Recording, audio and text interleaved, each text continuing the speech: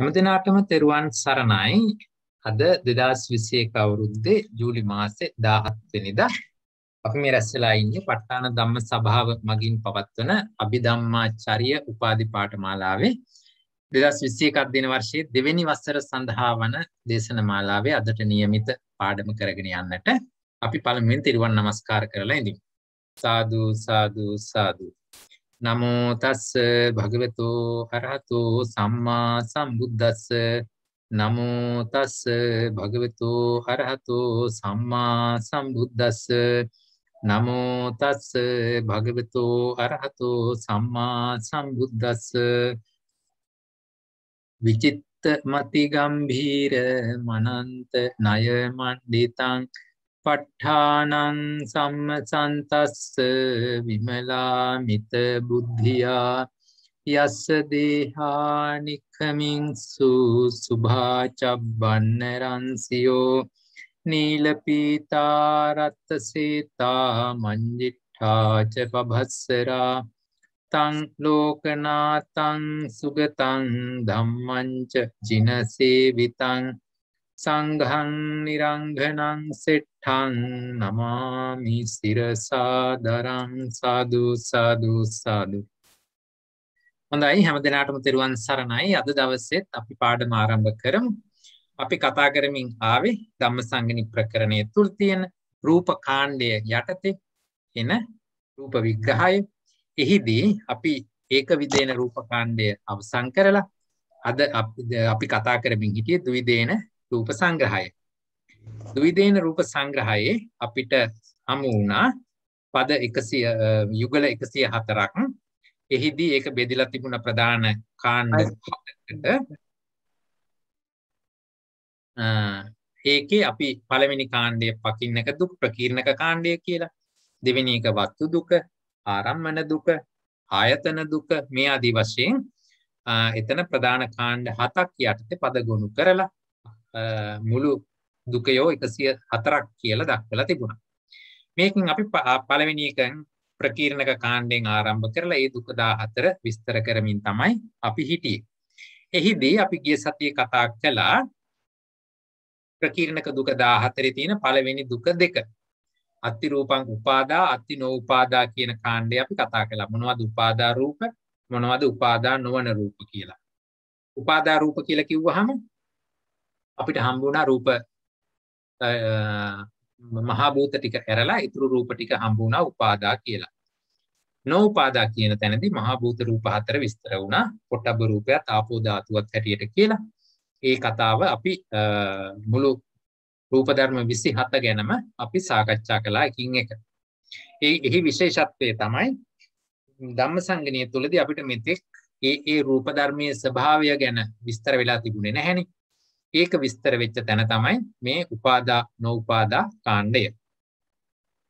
ඊළඟට අපි දෙවෙනි මාතෘකාව යටතේ කතා කළේ දෙවෙනි දුකය අත්ති රූපං උපාදින්නම් අත්ති රූපං අනුපාදින්න. උපාදින්න අනුපාදින්න භාවය. ඒකත් අපි ගිය සතියේ කතා කරලා පෙන්නුවා මොනවද කර්මය මූලික කරගෙන හටගන්නා රූප, මොනවද කර්මයේ බලපාමක් නැතුව හටගන්නා රූප කියලා ඒ කාණ්ඩයත් අපි කතා කළා. අද අපිට කතා කරන්න තියෙන එතනින් ඉදිරියට උපාදින්න උපාදානීයං අනුපාදින්න උපාදානීයං කියන තැන ඉඳලා ඉස්සරහට අපි කතා කරමු. හොඳයි. ඉතින් මොනවා හරි ඔයගොල්ලන්ට තව විස්තර කර ගැනීමට ගැටලු තැන් එහෙම තියෙනවද? හොඳයි. එහෙමනම් අපි පටන් ගනිමු ඊළඟට. දැන් අපි දන්නවා පරමාර්ථ ධර්ම 170 අරගත්තාම ඒක අපිට ප්‍රධානව දෙකට බෙදලා පෙන්වන්න පුළුවන්. කර්ම ක්ලේශ විසින් රැස් කළ ධර්මතා, එසේ කර්ම හෝ ක්ලේශ හෝ විසින් රැස් නොකළ ධර්මතා කියන. දැන් මේ විදිහට කර්ම ක්ලේශ වලින් රැස් කළා නම් යමක් අපි ඒකට කිව්වා උපාදින්න කියලා. මොකද නම උපාදින්න. ඊළඟට එසේ කර්ම ක්ලේශ වලින් රැස් කරපු ධර්ම, කර්ම ක්ලේශයන් මූලික වෙලා යම්කිසි ධර්මයක් රැස් වුණා නම් ඒක උපාදින්නයි.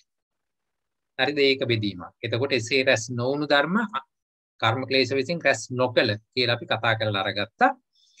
ඊළඟට මේ කර්ම ක්ලේශ වලින් රැස් නොකළ ධර්මත් ආපහු අපිට දෙකට බෙදන්න පුළුවන්.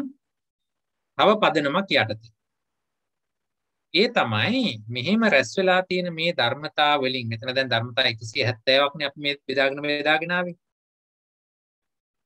සිත 89යි චෛතසික 52යි රූප 28යි නිර්වාණයයි ආදී හැටියට. ඒව වලින් මේ උපාදානයට හිත වූ ඒ කියන්නේ කර්ම ක්ලේශ වලින් රැස් කළ ධර්ම හැම එකක්ම වාගේ උපාදානයට හිතයි. උපාදානය කියන්නේ මොකද්ද? තෘෂ්ණා දෘෂ්ටි වලින් අරමුණු කරන්න පුළුවන් දේවල්. එතකොට ඒ ගොඩ යටතේ අපිට නැවත මේක බෙදලා පෙන්වන්න පුළුවන් උපාදානීයා කියලා. හරිද? එතකොට උපාදානීයා කියලා කියන්නේ තෘෂ්ණා දෘෂ්ටි උපාදානයන්ට හිත වූ කියන එක. එතකොට මේ උපාදානයන්ට හිත වූ ධර්ම අතරේ උපාදින්න ධර්මයක් තියෙනවා, ඊළඟට අනුපාදින්න ධර්මයක් තියෙනවා. මේ කොටස උපාදින්න නම් මේ පූර්ව භවයේදී තෘෂ්ණා දෘෂ්ටීන්ගෙන් ගත්ත අරමුණක් අනුව රැස් කළ කර්මීය විසින් සොකීය ඵලභාවයෙන් ළඟා කොට ගන්නා ලද්දා වූ කියලානේ අපි මේවා කතා කළේ මාතිකාවලදී. එතකොට අන්න ඒ ධර්මතා වලින් ඒවා අපිට ගන්න පුළුවන් උපාදින්න කොටස, අනුපාදින්න කොටස. ඒ එක පදනමක් උපාදින්න අනුපාදින්න ભેදය. ඊළඟ පදනමේ මේක තවත් විස්තර වෙනවා උපාදානීයා අනුපාදානීයා. උපාදානයට සුදුසු උපාදානී නොවන. හරි. මේ විදිහට මෙතන අපිට ගොඩවල් 4කට මේක ලැබෙනවා. මෙන්න මේ පදනමේ ඉඳගෙන තමයි මේ ඊළඟ දුකය විස්තර වෙන්නේ. හරිනේ. එතකොට අපි මේ කතා කරන්නේ රූපකාණ්ඩයේ ධර්මතා නිසා මෙතන උපාදින්න කියලා ගත්තාම අපි මෙහිදී සලකන්නේ රූප ධර්ම විතරයි. නමුත් මාතිකා පාඩමේදී අපි අනිකුත් චෛතසික ගැනත් කතා වෙනවා. හරිනේ. දැන් කර්ම ක්ලේශයෝ විසින් රැස් කරපු යම් ධර්මතාවයක් තිබේද ඔවුන් උපාදානයට හිතම තමයි ඉතින්. හරි. ඉතින් කර්ම ක්ලේශ වලින් රැස් නොකළ ධර්මතා අතරින් සමහරක් උපාදානයට හිතයි, සමහරක් උපාදානයට අහු වෙන්නේ නැහැ. මේ කියන පදනමේ ඉඳගෙන තමයි අපි ඊළඟ දුකය බෙදලා පෙන්නන්නේ. එතනදී අපිට මේ අත්තිරූපං උපාදින්න උපාදානීයං අත්තිරූපං අනුපාදින්න උපාදානීයං. මෙතන බලන්න මේ පද දෙක එක්කහු කරලා තමයි මේ පකින්නක දුකේ තුන්වෙනි යුගලය හදලා තියෙන්නේ. උපාදින්න කොටස සහ උපාදානීය කොටස එක්කහු කරලා තනි පදයක් හදලා තියෙනවා. අපි මේවා උපාදින්න ත්‍රිකය ඉගෙන ගනිද්දී ඉගෙන ගත්තානේ මේ පද දෙක. එහිදී අපි ඉගෙන ගත්තේ කොහොමද? මේකත් මතක් කරලා ගමු. කොහොමද අපි උපාදින්න උපාදානීය ගත්තේ? පූර්ව භවයේ තෘෂ්ණා දෘෂ්ටීන්ගෙන් ගත් අරමුණක් අනුව රැස් කළ කර්මීය විසින් සොකීය ඵලභාවයෙන් ළඟා කොට ගන්නා ලද්දා වූ කියලා. ඒ උපාදින්න කියනකොට උපාදානීයා කියනකොට තෘෂ්ණා දෘෂ්ටීන්ට හිත වූ කියලා. එහෙමනම් අපි මාතිකාව මතක් කරගත්තා නම් මේ මාතිකාවේ මේ පදයට අනුරූපව අපිට මොනවද ආපු අපි දෙයි අර්ථ? ලෞකික විපාක සිත් 32යි, චෛතසික 35යි, කර්මජ රූප 20යි. කර්මජ රූප 20 ගත්තේ හදේ රූපයත් සමගනේ. හරිද? ඉතින් ඒ විදිහට තමයි අපි මේ පදේ අපි දෙයි අර්ථ ගත්තේ. දැන් අද පාඩමේදී අපි කරන්නේ රූප විතරනේ. එහෙමනම් අපි විපාක සිත් 32යි ඊයේදින චෛතසික 35යි අමතක කරලා අපි මෙහිදී සලකන්නේ කර්මජ රූප 20. එහෙනම් අනුපාදින්න උපාදානීයා කියන එකේදී අනුපාදින්න උපාදානීයා. එහිදී කොහොමද අපි ගත්තේ? ඉතිරි ලෞකික සිත් 49. දැන් මෙතෙන්ට අරගත්තේ අපි ලෞකික විපාක සිත් 32 නේ පළවෙනි පදයට ගත්තේ. දෙවෙනි පදයට අපි අරගන්නවා ඉතිරි ලෞකික සිත් 49යි. එහි යෙදෙන චෛතසික 52යි. ඊළඟට රූප ගොඩෙන් අරගත්ත අර කර්මජ රූප 20 නොවන ඉතුරු ටික. ඒ කියන්නේ චිත්තජ රූප 17යි, උතුජ රූප 15යි, ආහාරජ රූප 14යි, ජරත අනිච්චතා ඒ ටිකයි නිර්වාණයයි. ඔක්කොම ටික ගත්තනේ මේ පැත්තට. දැන් මතකනේ ඒක මේ විදිහටනේ අපි අරගෙන අරගත්තේ. මේ තමයි අපි ත්‍රිකය විස්තර කරද්දී මේ පද ගොනු කරපු හැටි. හරිනේ. දැන් අමා වෙනස ඔව්. පූර්ව භවයේදී කර්ම රැස් කරන්න පුළුවන් තෘෂ්ණා දෘෂ්ටින්ගෙන් විතරද? තෘෂ්ණා දෘෂ්ටියෙන් ඇති නොවන තැනකදී කර්ම රැස් වෙනවද? අපිට මතකයි මොකක්ද සූත්‍රය දෘෂ්ටි නැතුව කර්ම රැස් වෙනවා. තෘෂ්ණා හෝ දෘෂ්ටි හෝ අරගන්න. අපිට මතකයි මොකක්ද සූත්‍රය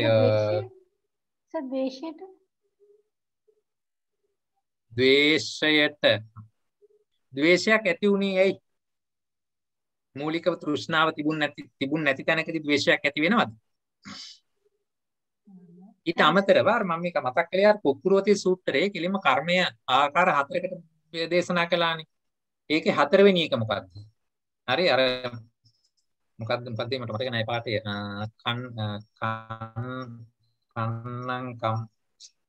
කන්නං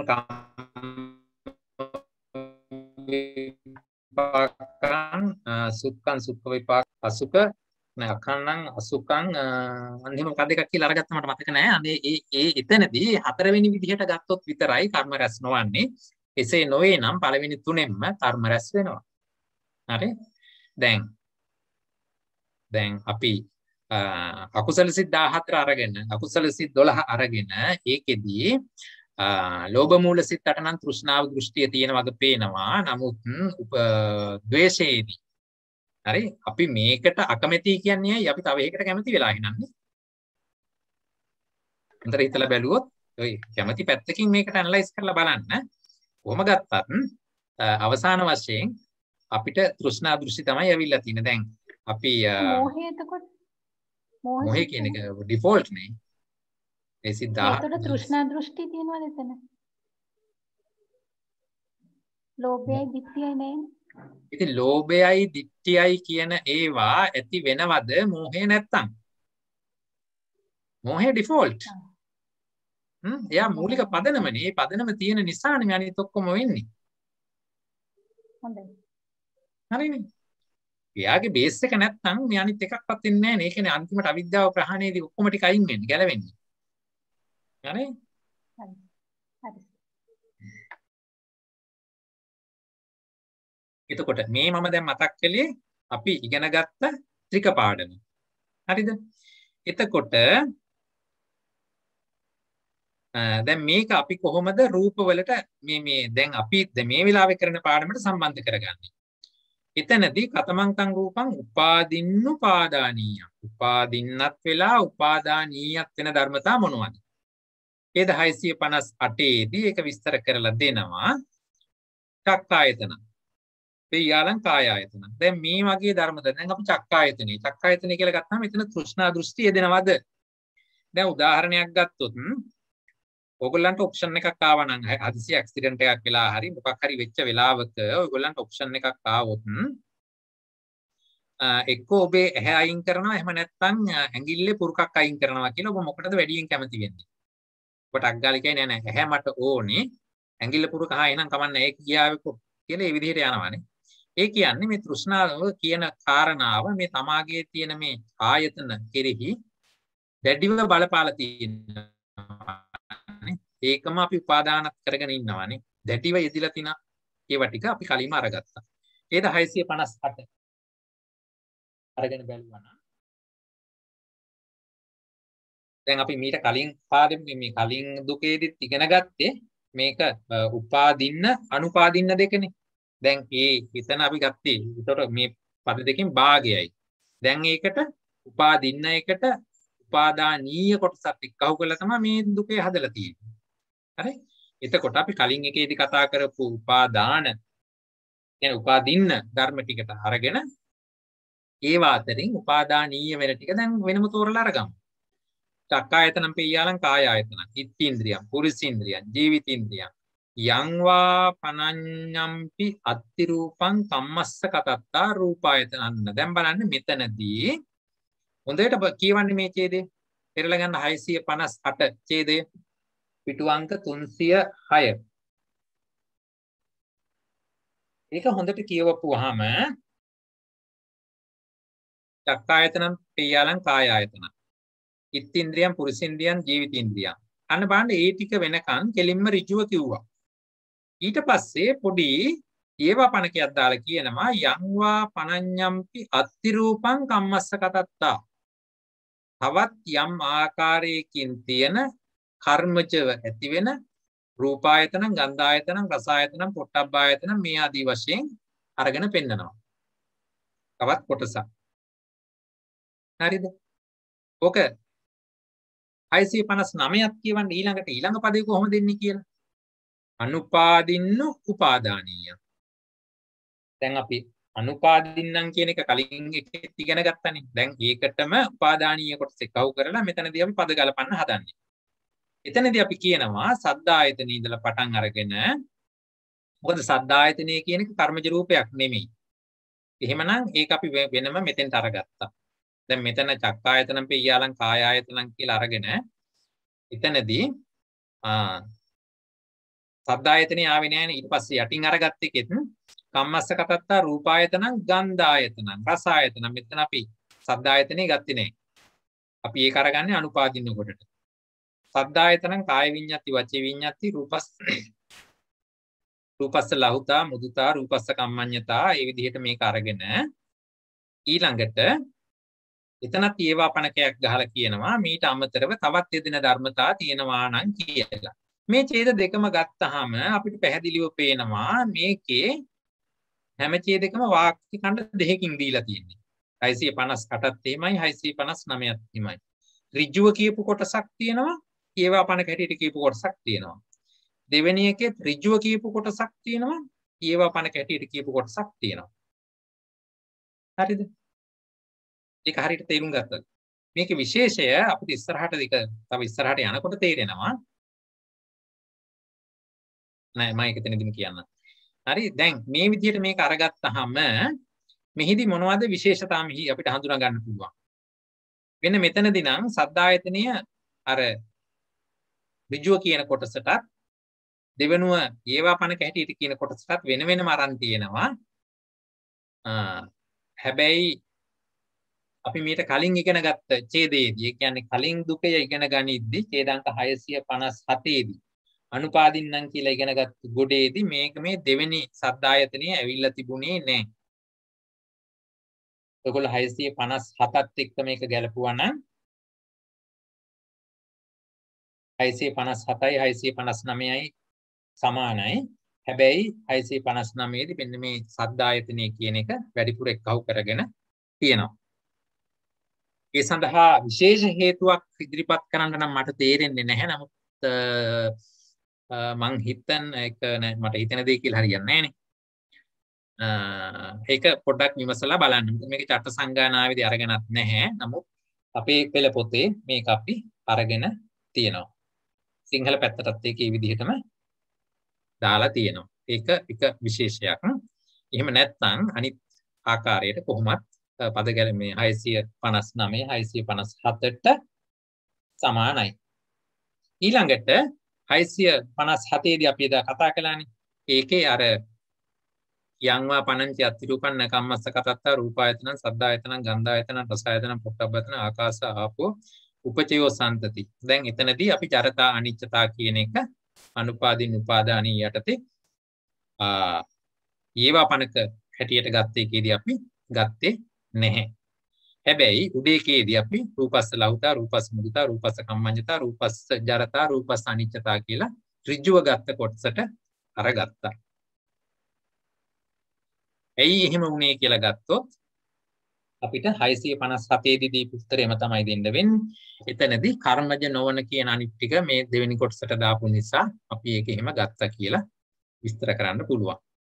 ඊළඟට මේකේ දැන් මෙහෙම කිව්වට එක්කෙනෙකුට එකපාරට අපි දෙයියාත තෝරගන්න අමාරුයි. චක්කායතනම් පෙය්‍යාලං කායායතනම් කිව්වහම නම් ප්‍රසාද රූප පහ අරගත්තා. ඊට පස්සේ හිත්ඉන්ද්‍රියම් පුරුෂින්ද්‍රියම් ජීවිතින්ද්‍රිය කිව්වා නම් ඉන්ද්‍රිය රූප 3ක් අරගත්තා. එතනින් පස්සේ දැන් මේ ටික ඍජුවම කර්මජ රූප. කර්මයෙන් විතරමයි ඇති වෙන්නේ ඒකාන්ත කර්මජ රූප. ඒවා පණකේ තුල දාලා තියෙන්නේ අනේකාන්ත හැබැයි කර්මජ රූප. අනේකාන්තයි කියලා කිව්වේ මේ ඒවා පණකේ තුල තියෙන අනිකුත් කොටස වෙනත් හේතු මගිනුත් ඇති වෙන්න පුළුවන්. වෙනත් ප්‍රත්‍යයෙදිනුත් ඇති වෙන්න පුළුවන්. හරිද? ඒ නිසායි මෙතන මේ කාණ්ඩ දෙකකට බෙදලා අරගත්තේ. ඒ අනුව ඒකාන්ත කර්මජ රූප ටික කලින් කිව්වා, අනේකාන්ත ටික පසුව කිව්වා. මෙතනත් ඒකාන්ත කර්මජ නොවන ටික කලින් කියලා අනේකාන්ත ටික වෙනම කිව්වා. හරිනේ. ඒ අනුව මේක අපිට සාරාංශගත කරලා බැලුවොත් අපිට මේක මේ විදිහට බලන්න පුළුවන්. කර්මයේ බලපෑමෙන් උපන් උපාදානයේට හිත වූ ධර්ම කියලා ගත්තොත් ප්‍රසාද රූප 5යි, ඉන්ද්‍රිය රූප 3යි, අනේකාන්තව රූප 11ක් කතා කළා. මොනවද අනේකාන්ත 11? මේ තියෙන්නේ යම්වා පනඤ්ඤම්පි අත්ති රූපං කම්මස්ස කතත්තා. කර්මයෙන් ඇති කරන වෙනත් යම් රූපයක් වේද. මොනවද? රූපායතන, ගන්ධායතන, සද්ධායතන, පොට්ටබ්බායතන, ආකාශ ධාතු, ආපෝ ධාතු, රූපස්සුපචයෝ, සම්තති, කබලින්කාරෝ, ආහාරෝ. අන්නේ කියන 11 තමයි මෙතන අනේකාන්ත කියලා අරන් පෙන්නන්නේ. ඔව් නැවත ප්‍රශ්න ඉදිරිපත් කරන්නකෝ. ප්‍රශ්නයක් තියෙනවා නම් ඉදිරිපත් කරන්නකෝ. හරි. එහෙමනම් උපාදින්නුපාදානීයා කියන කර්මයේ බලපෑමෙන් උපන් සහ උපාදානීයට හිත ධර්ම හැටියට මේ රූප ධර්මතා 19 ගොනු කරලා පෙන්වනවා. ඊළඟට අනුපාදින්නු උපාදානිය කර්මයේ බලපෑමක් නැතුව ඉපදිච්ච හැබැයි උපාදානීයට හිත ධර්ම. එතකොට මේ පද දෙකෙන්ම අරන් තියෙන උපාදානීයට හිත ධර්ම. හරිද?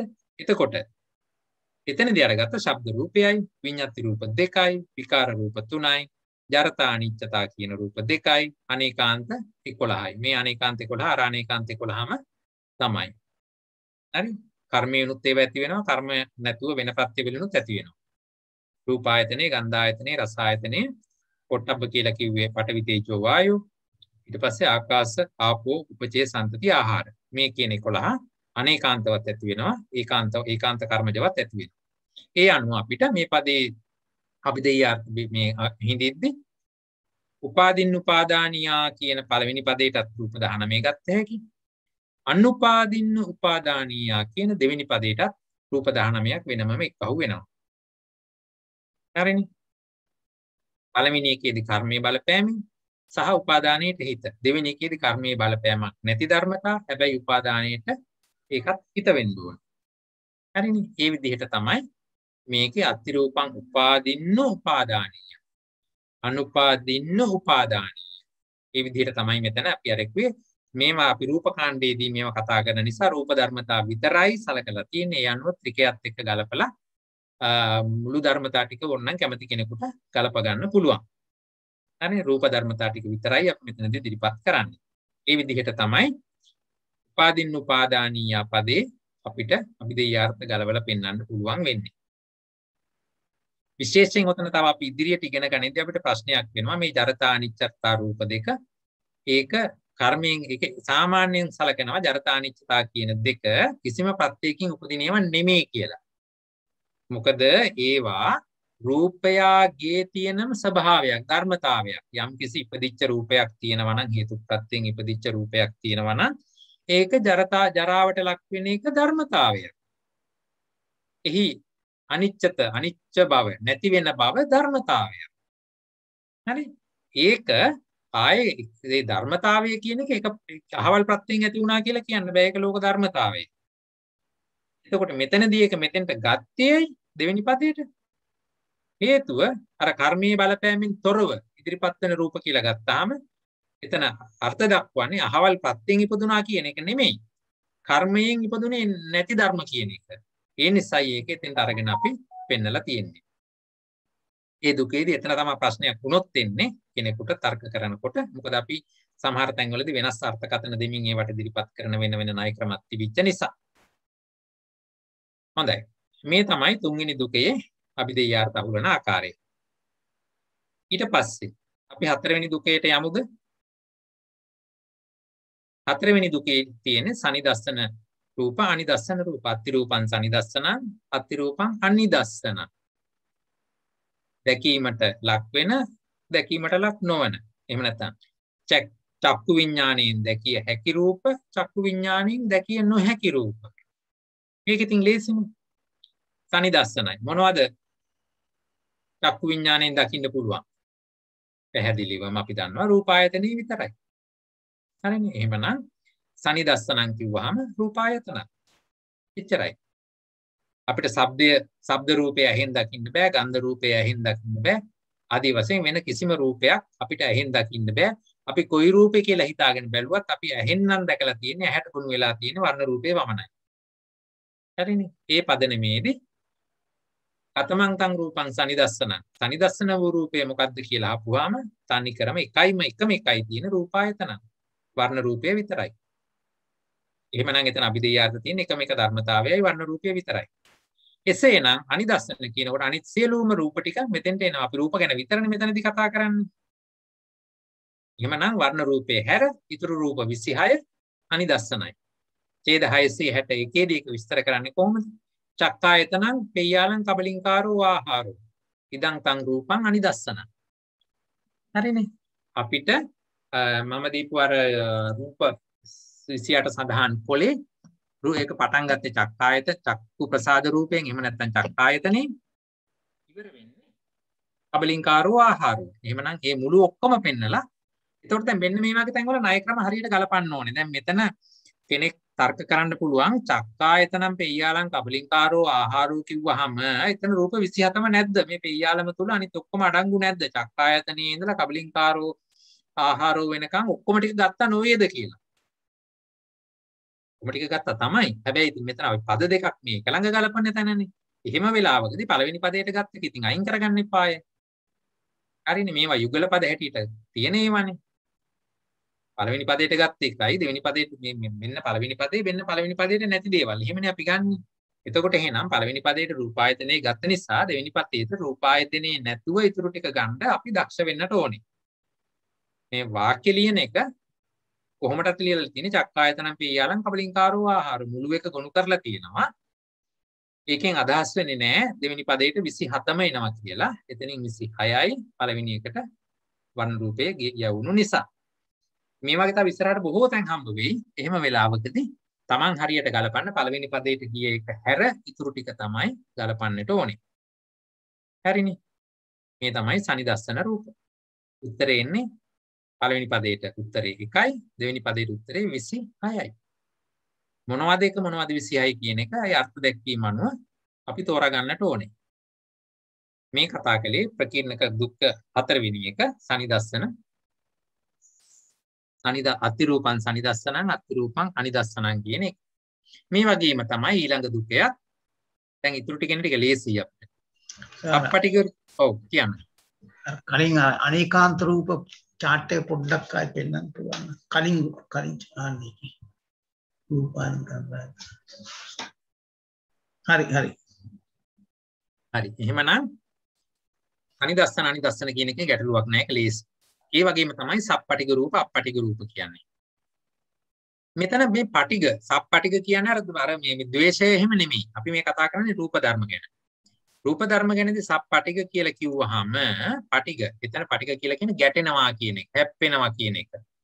හරි මොනවද ගැටෙන්නේ?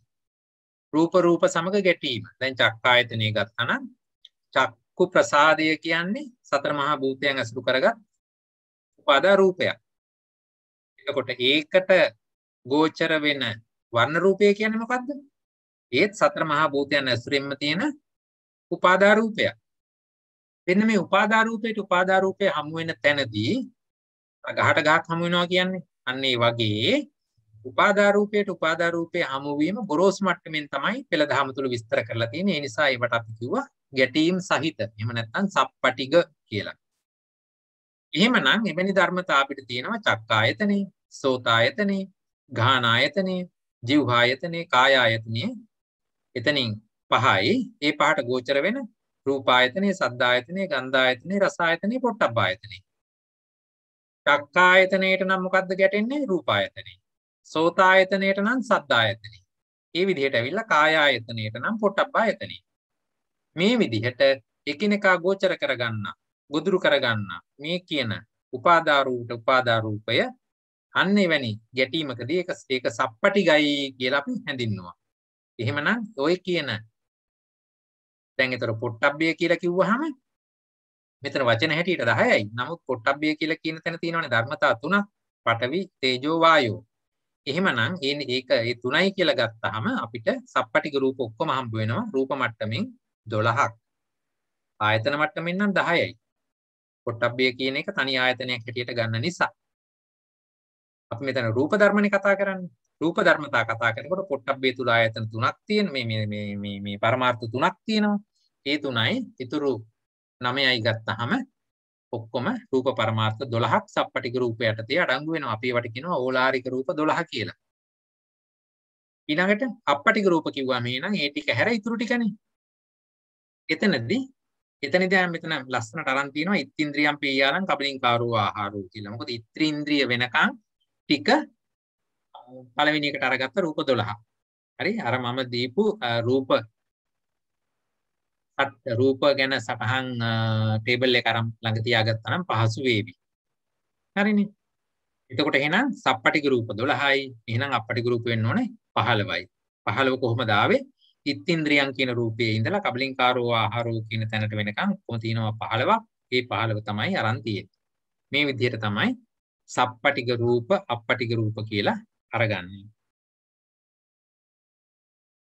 දැන් එහෙනම් මට කෙනෙක් කියන්නේ දැන් මෙතන චක්කුවට රූපය, සෝතයට සද්දය. මේ ආදි වශයෙන් මෙහිම පංච ඉන්ද්‍රිය වලට පංචායතන වලට එහෙම නැත්නම් දෙපස් විඥාන ඇතිවීමට හේතු වන ධර්මතාවලට ඔය කොයි විදිහට හරි කියලා. ඒ පහේ ගොඩවල් දෙකනේ මෙතන අරන් තියෙන්නේ.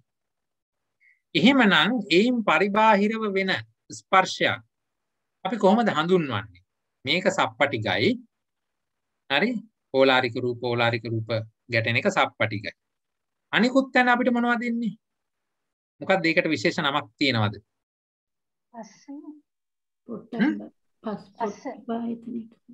දැන් මෙතනක් තියෙන්නේ චක්කු සම්පස්ස තමයි.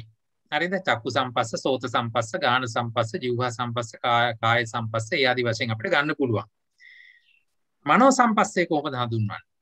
මේක සප්පටික කිව්වනම් ඇයි මනෝ සම්පස්සේ සප්පටික නොවේද? මොකද ඒ ගැන හිතෙන්නේ?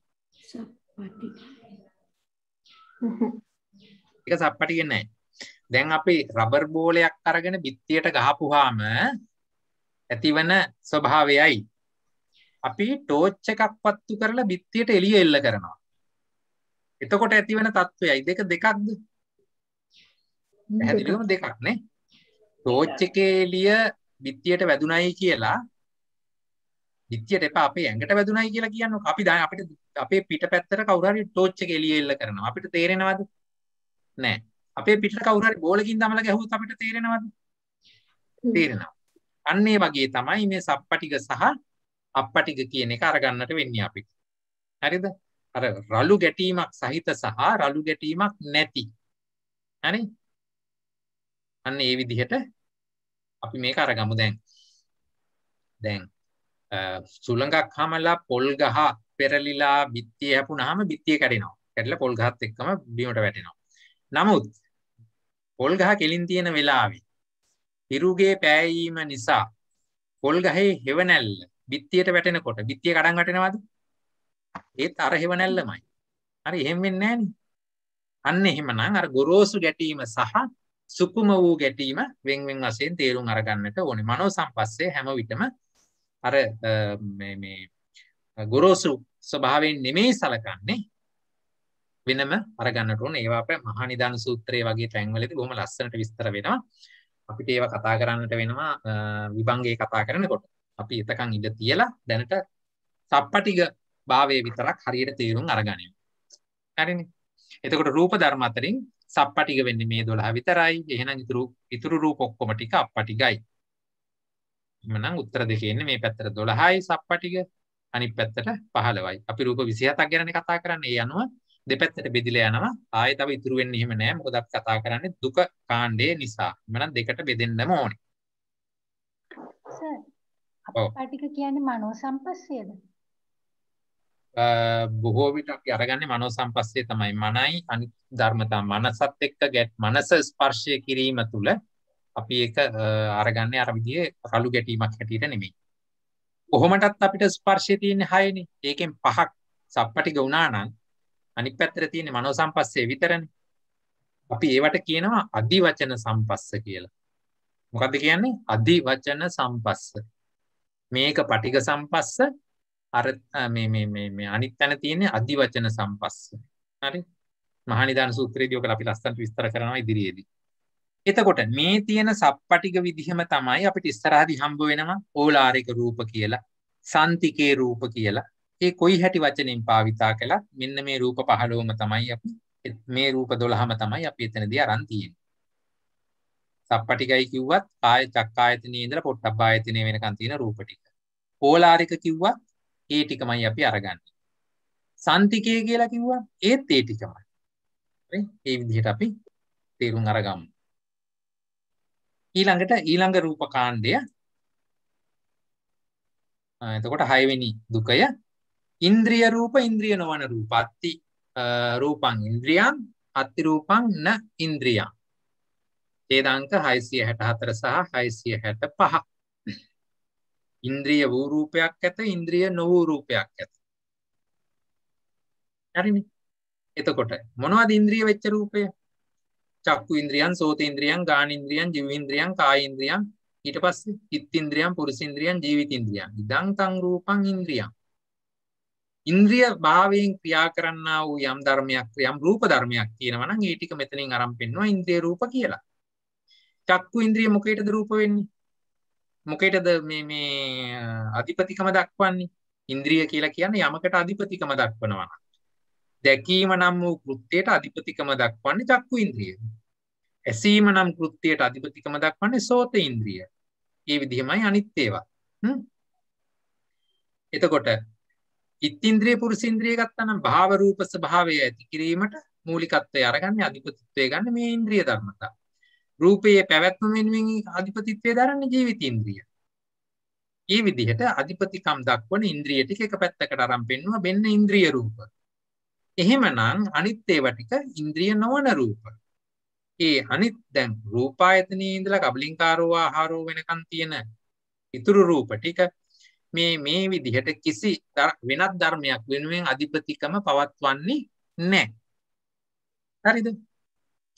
දැන් චක්කුංච පටිච්ච රූපේච උප්පජ්ජති චක්කු විඥානං කියන තැන චක්කුංච පටිච්ච රූපේච. නමුත් ඒ චක්කුවයි රූපයයි කියන දෙක තුලින් අපිට ඉන්ද්‍රිය රූප හැටියට හම්බ වෙන්නේ චක්කුව විතරයි. එතන කියන රූපය මේකේ රූපායතනයේ හැටියට දෙවෙනි පදයට අයිත් වෙලා තියෙනවා. හරි අන්න ඒ වගේ මේ ධර්මතාවල තියෙන සියුම් ස්වභාවයන් හරියට තේරුම් ගන්නට ඕනේ. චක්කු ඉන්ද්‍රියට රූපය කියන එක නැතුව චක්කු විඥානය ඇති කරන්න බැරි වගේ ඇත්ත. නමුත් ඉන්ද්‍රිය භාවය පැහැදිලිවම තියෙන්නේ චක්කු ඉන්ද්‍රිය තුලමයි. ඒක රූප ඉන්ද්‍රිය කියලා එකක් අපි කතා කරන්නේ නැහැ. එහෙම එකක් පෙළෙහි දක්වන්නේ නැහැ. රූපායතනයට පුළුවන් ආරම්මන ප්‍රත්‍ය සපයන්නට විතරයි. ඉන්ද්‍රිය ප්‍රත්‍ය සපයන්නට යාට බෑ. හරිනේ. අන්න මේ විදිහේ ඉතින් ගැඹුරින් ඉස්සරහට අපි විස්තර වෙනවා ප ဋ ාණේ කතා කරද්දී. දැනට ඉන්ද්‍රිය රූප කියලා කිව්වම චක්කු ඉන්ද්‍රිය, සෝත ඉන්ද්‍රිය, ගාන ඉන්ද්‍රිය, ජීව ඉන්ද්‍රිය, කාය ඉන්ද්‍රිය කියන ප්‍රසාද ඉන්ද්‍රිය පහයි. ඊළඟට ඉත්ත්‍ින්ද්‍රිය, පුරුෂ ඉන්ද්‍රිය, ජීවිත ඉන්ද්‍රිය කියන තුනයි තමයි අපි අරගෙන පෙන්නන්නේ. එහෙමනම් එතනදී එකතු වෙන ධර්මතා 8යි. රූප ධර්මතා 8ක් ඉන්ද්‍රිය රූප. ඉන්ද්‍රිය නොවන රූප කිව්වහම ඉතිරි රූප ධර්මතා 19යි. 19යි 8යි 27යි. දැන් ඔයගොල්ලන්ට මතක ඇති ඔයගොල්ලෝ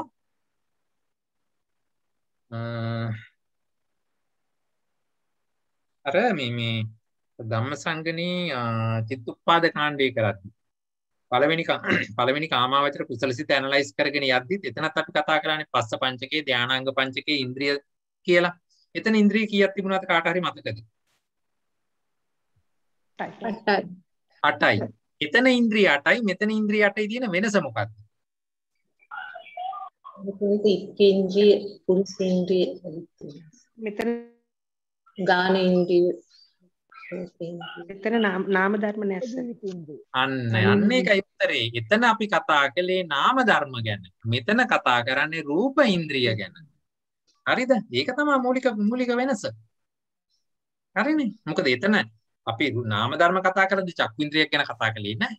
ඒ වගේම රූප ධර්ම කතා කරනකොට සද්ද ඉන්ද්‍රියක් ගැන කතා කරන්නේත් නැහැ. හරිද? දැන් ඉලක්කම 8 වූ පමණින් අතන 8යි මෙතන 8යි සමාන කරන්න එහෙම බෑ. ඒ තැනට අනුව තෝරගන්න. හරි. මේ තමයි ඉන්ද්‍රිය රූප, ඉන්ද්‍රිය නොවන රූප. දැන් කෙනෙකුට මතකෙන් කියන්න පුළුවන් මේ ඉන්ද්‍රිය නොවන රූප. රූපායතනම් පෙය්‍යාලං කබලින්කාරෝ ආහාරෝ කිව්වහම ඒ රූප 19 කටපාඩමින් කියන්න එහෙම පුළුවන්ද? අඩු ගානේ ගොඩවල් හැටියට ගෲප්ස් හැටියට. පටන් ගන්න බාන්නේ කියන රූපායතන ඊට පස්සේ රූපායතනේ, සද්දායතනේ, ගන්ධායතනේ, රසායතනේ, පොට්ටබ්බායතනෙට රූප තුනක් තියෙනවා. කමන්නේ පොට්ටබ්බායතනෙ කියලා ගන්නකො. හරි. ඊට පස්සේ ඉත්ති රූපේ ඉත්ත්‍ින්ද්‍රියයේ අනිත් පැත්තට ගිහිල්ලා තියෙන එක ගන්න බෑ මෙතෙන්ට. ආකාශ ධාතු ආකාශ ධාතුවට කලින් දෙකක් එනවා නේද? විඤ්ඤාති රූප දෙක එනවා නේද? විඤ්ඤාති වතු විඤ්ඤාති විඤ්ඤාති ලක්තා මුදුතා කම්මඤ්ඤතා රූප. ඔව් විකාර රූප 3යි. ඊට පස්සේ ලක්ෂණ රූප ලක්ෂණ රූප 4යි. ආපෝ කියුණාද? ආපෝ ධාතුව ආපෝ හරියට කියවන්න පුරුදු වෙන්න ඕනේ. එහෙම කතා ගත්තාම මෙතන 19ක් තියෙනවා. හරිනේ. මේ විදිහට ඒවා මතක තියාගන්න ඕනේ දැන්. එතකොට ඔන්න දැන් ඉන්ද්‍රිය රූප, ඉන්ද්‍රිය නොවන රූප මේ විදිහට හරියට බෙදලා ගන්න පුළුවන් වෙන්නට ඕනේ. හරි. ඊළඟට අපි බලමු 7 වෙනි දුක. අත්ති රූපං මහා භූතං අත්ති රූපං න මහා භූතං. ඒක නම් ඉතින් දැන් ලේසියි ඔයගොල්ලන්ට. අර කලින් කතා කරපු ධර්ම මේ කාරණයක් වෙනස් ආකාරයකට ඉදිරිපත් කරනවා.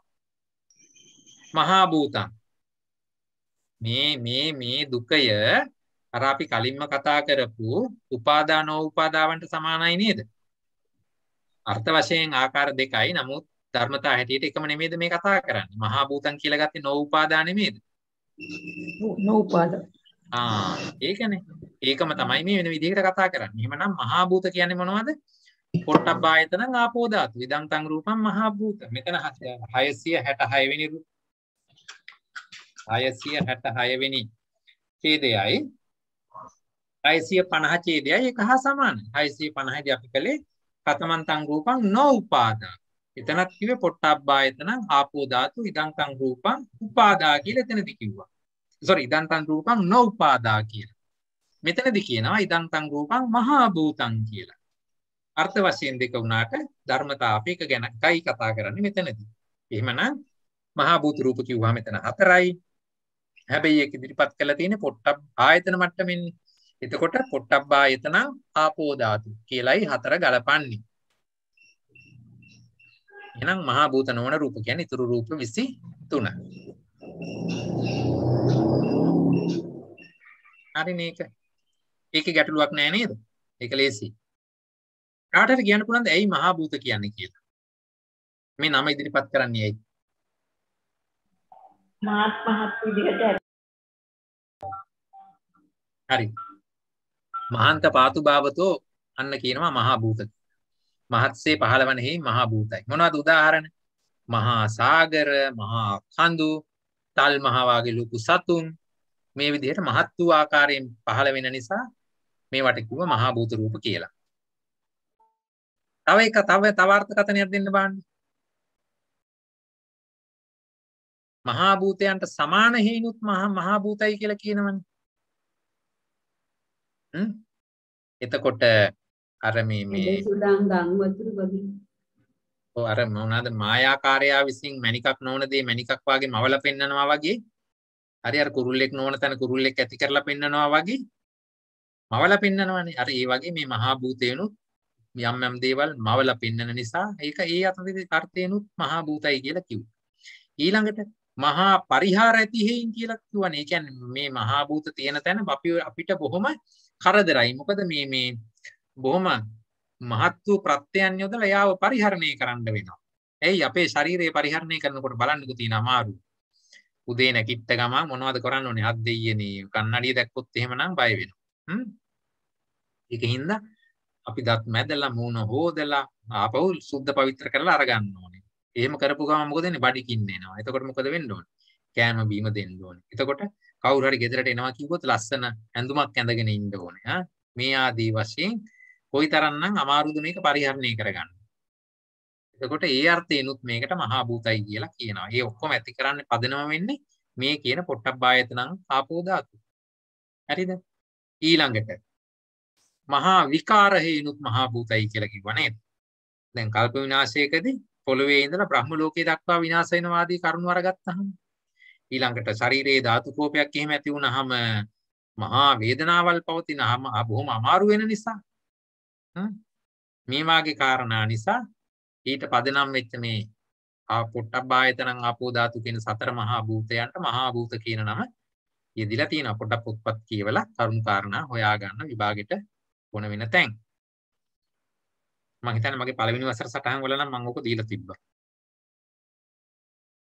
හරි එතකොට මහා භූත රූප මොනවද මහා භූත නොවන රූප මොනවද කියලා හොයාගත්තා. ඒක එහෙනම් එතන අභිධේය අර්ථවලට එන්නේ මහා භූත වලට රූප 4යි මහා භූත නොවන රූප 23යි.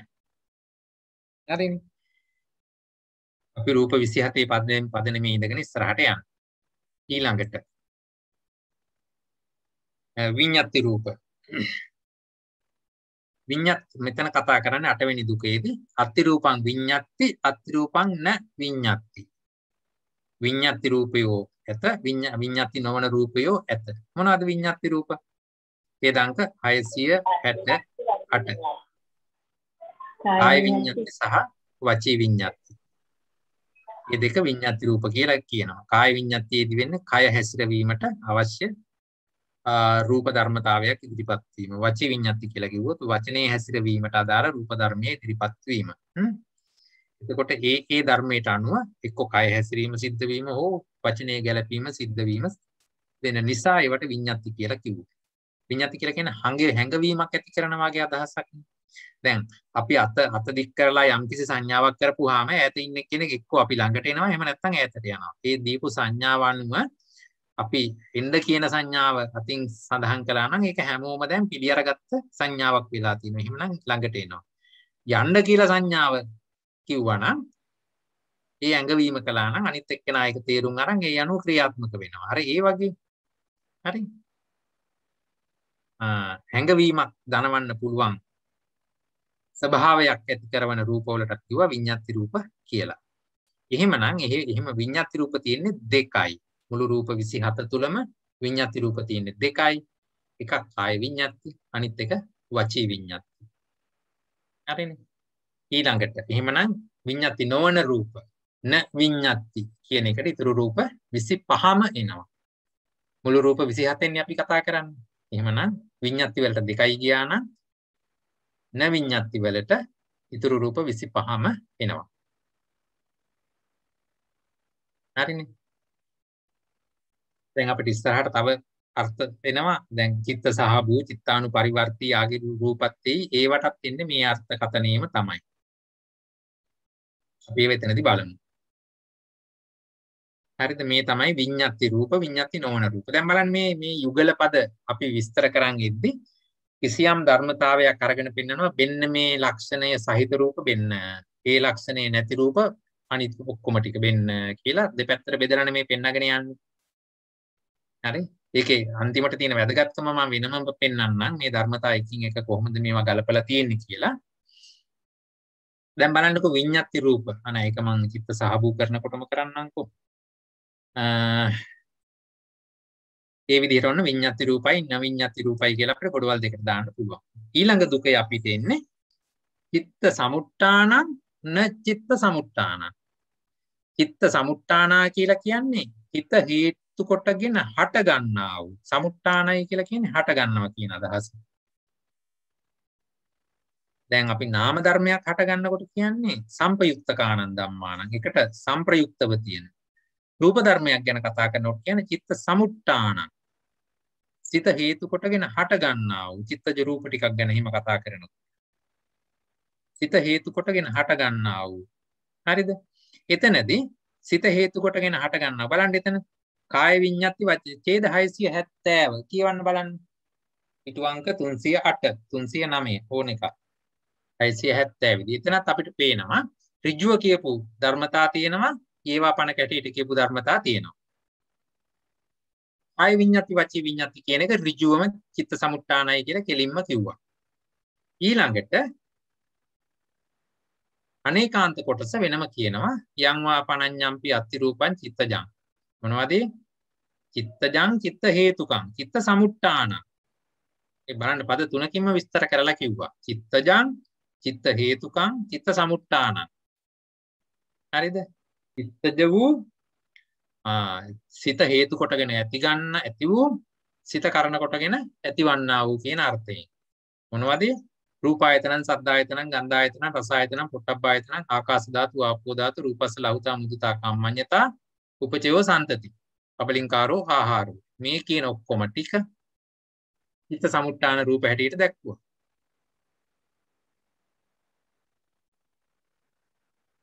හරිද? එහෙනම් එතන රූප ධර්ම 17යි. හැබැයි ජරතා අනිච්චතා එතනදි පෙන්වුවේ නැහැ. එයි මෙතනදී ඍජුව චිත්ත සමුට්ඨාන සිත කරණ කොටගෙන ඇති වෙන. එතකොට ජරතා අනිච්චතා කියන එක මම කලිනුත් කිව්වා. ප්‍රත්‍ය ධර්මයන් මුල් කොටගෙන ඇති වෙන දේ හැටියට සලකන්නේ නැති නිසා. ඍජුව ප්‍රත්‍ය ධර්මය ගැන කතා කරනකොට ඒක මෙතනදී අරගත්තේ නැහැ. හරිනේ චිත්ත සමුට්ඨාන. එහෙමනම් න චිත්ත සමුට්ඨාන කියලා කියනකොට ඊතුරු ධර්මතා ටික. චක්කායතනං, පෙය්‍යාලං, කායායතනං, ඉත්ත්‍ින්ද්‍රියං, පුරුෂින්ද්‍රියං, ජීවිතේන්ද්‍රියං, රූපස්ස ජරතා, රූපස්ස අනිච්චතා. හරි? යං වා පනඤ්ඤම්පි අත්තිරූපං න චිත්තජං, න චිත්ත හේතුකං, න චිත්ත සමුට්ඨානං. රූප දැන් එතනදී බලන්න කියාගෙන යන්නේ න චිත්තජං, න චිත්ත හේතුකං, න චිත්ත සමුට්ඨානං මිසක් කර්මජං, ඍතුජං, ආහාරජං කියලා නෙමෙයිනේ. දැක්කද ඒකේ වෙනස? මෙතනදී අපි මේ රූප දෙකට බෙදද්දී අපි කතා කරන්නේ වෙන්න චිත්තජ වූ රූප ටික, වෙන්න අනිත් ඔක්කොම රූප ටික. හරිද? ඒ විදිහට නේ ගන්න. ඒ නිසායි මේ අර්ථ දැක්වීම මේ විදිහට ගොනු වෙන්නේ. එහෙමනම් චිත්ත සමුට්ඨාන රූපවල ඒකාන්ත සහ අනේකාන්ත ඔක්කොම එක්කව කළක් තියෙන රූප 17යි. න චිත්ත සමුට්ඨාන ගොඩේදී ඒකාන්ත අනේකාන්ත දෙකම එක්කව වුණාම රූප 25ක් අපිට ගොනු කරන්නට පුළුවන්. හරිනේ. එතකොට චිත්ත සමුට්ඨානං උනේ ඒකාන්තව 2යි අනේකාන්තව 15යි. ඔක්කොම 17යි. නොචිත්ත සමුට්ඨානවලදී ඒකාන්තව 10යි අනේකාන්තව 15යි මුළු ගාන 25යි. තමන් මේක කැමති විදිහට ඇනලයිස් කරලා හරියට ධර්මතාවය තේරුම් ගන්න. සර් ඔව් කියන්න. සර් දැන් මෙතන යං වා පනඤ්ඤම්පි අත්තිරූපන්ති චිත්තයන් ඒ ටික යේවා පන්න හැටියටද ගණන් ගන්න? මෙතන මේ අනේකාන්ත ටික ඉදිරිපත් කරලා තියෙන්නේ. සාමාන්‍යයෙන් ඕක අර ඍජුව කියලා නැතිව යම්වා වෙනත් යම් වූ රූපයක් තියනවාද කියන එක නෙවෙයි කතා කරන්නේ. දැන් කො සිංහල පැත්ත බලන්නකෝ ඒක වැඩියෙන් තේරෙයි. 670 කාය විඤ්ඤාත්තිය වාග් විඤ්ඤාත්තිය යලි අන්‍ය වූ චිත්තජ වූ චිත්ත හේතුක වූ චිත්ත සමුට්ඨාන වූ යම් රූපයක් ඇද්ද? අර නිකන් ඒක පොඩ්ඩක් අරතරන් ස්ථිරව කියලා නෑනේ.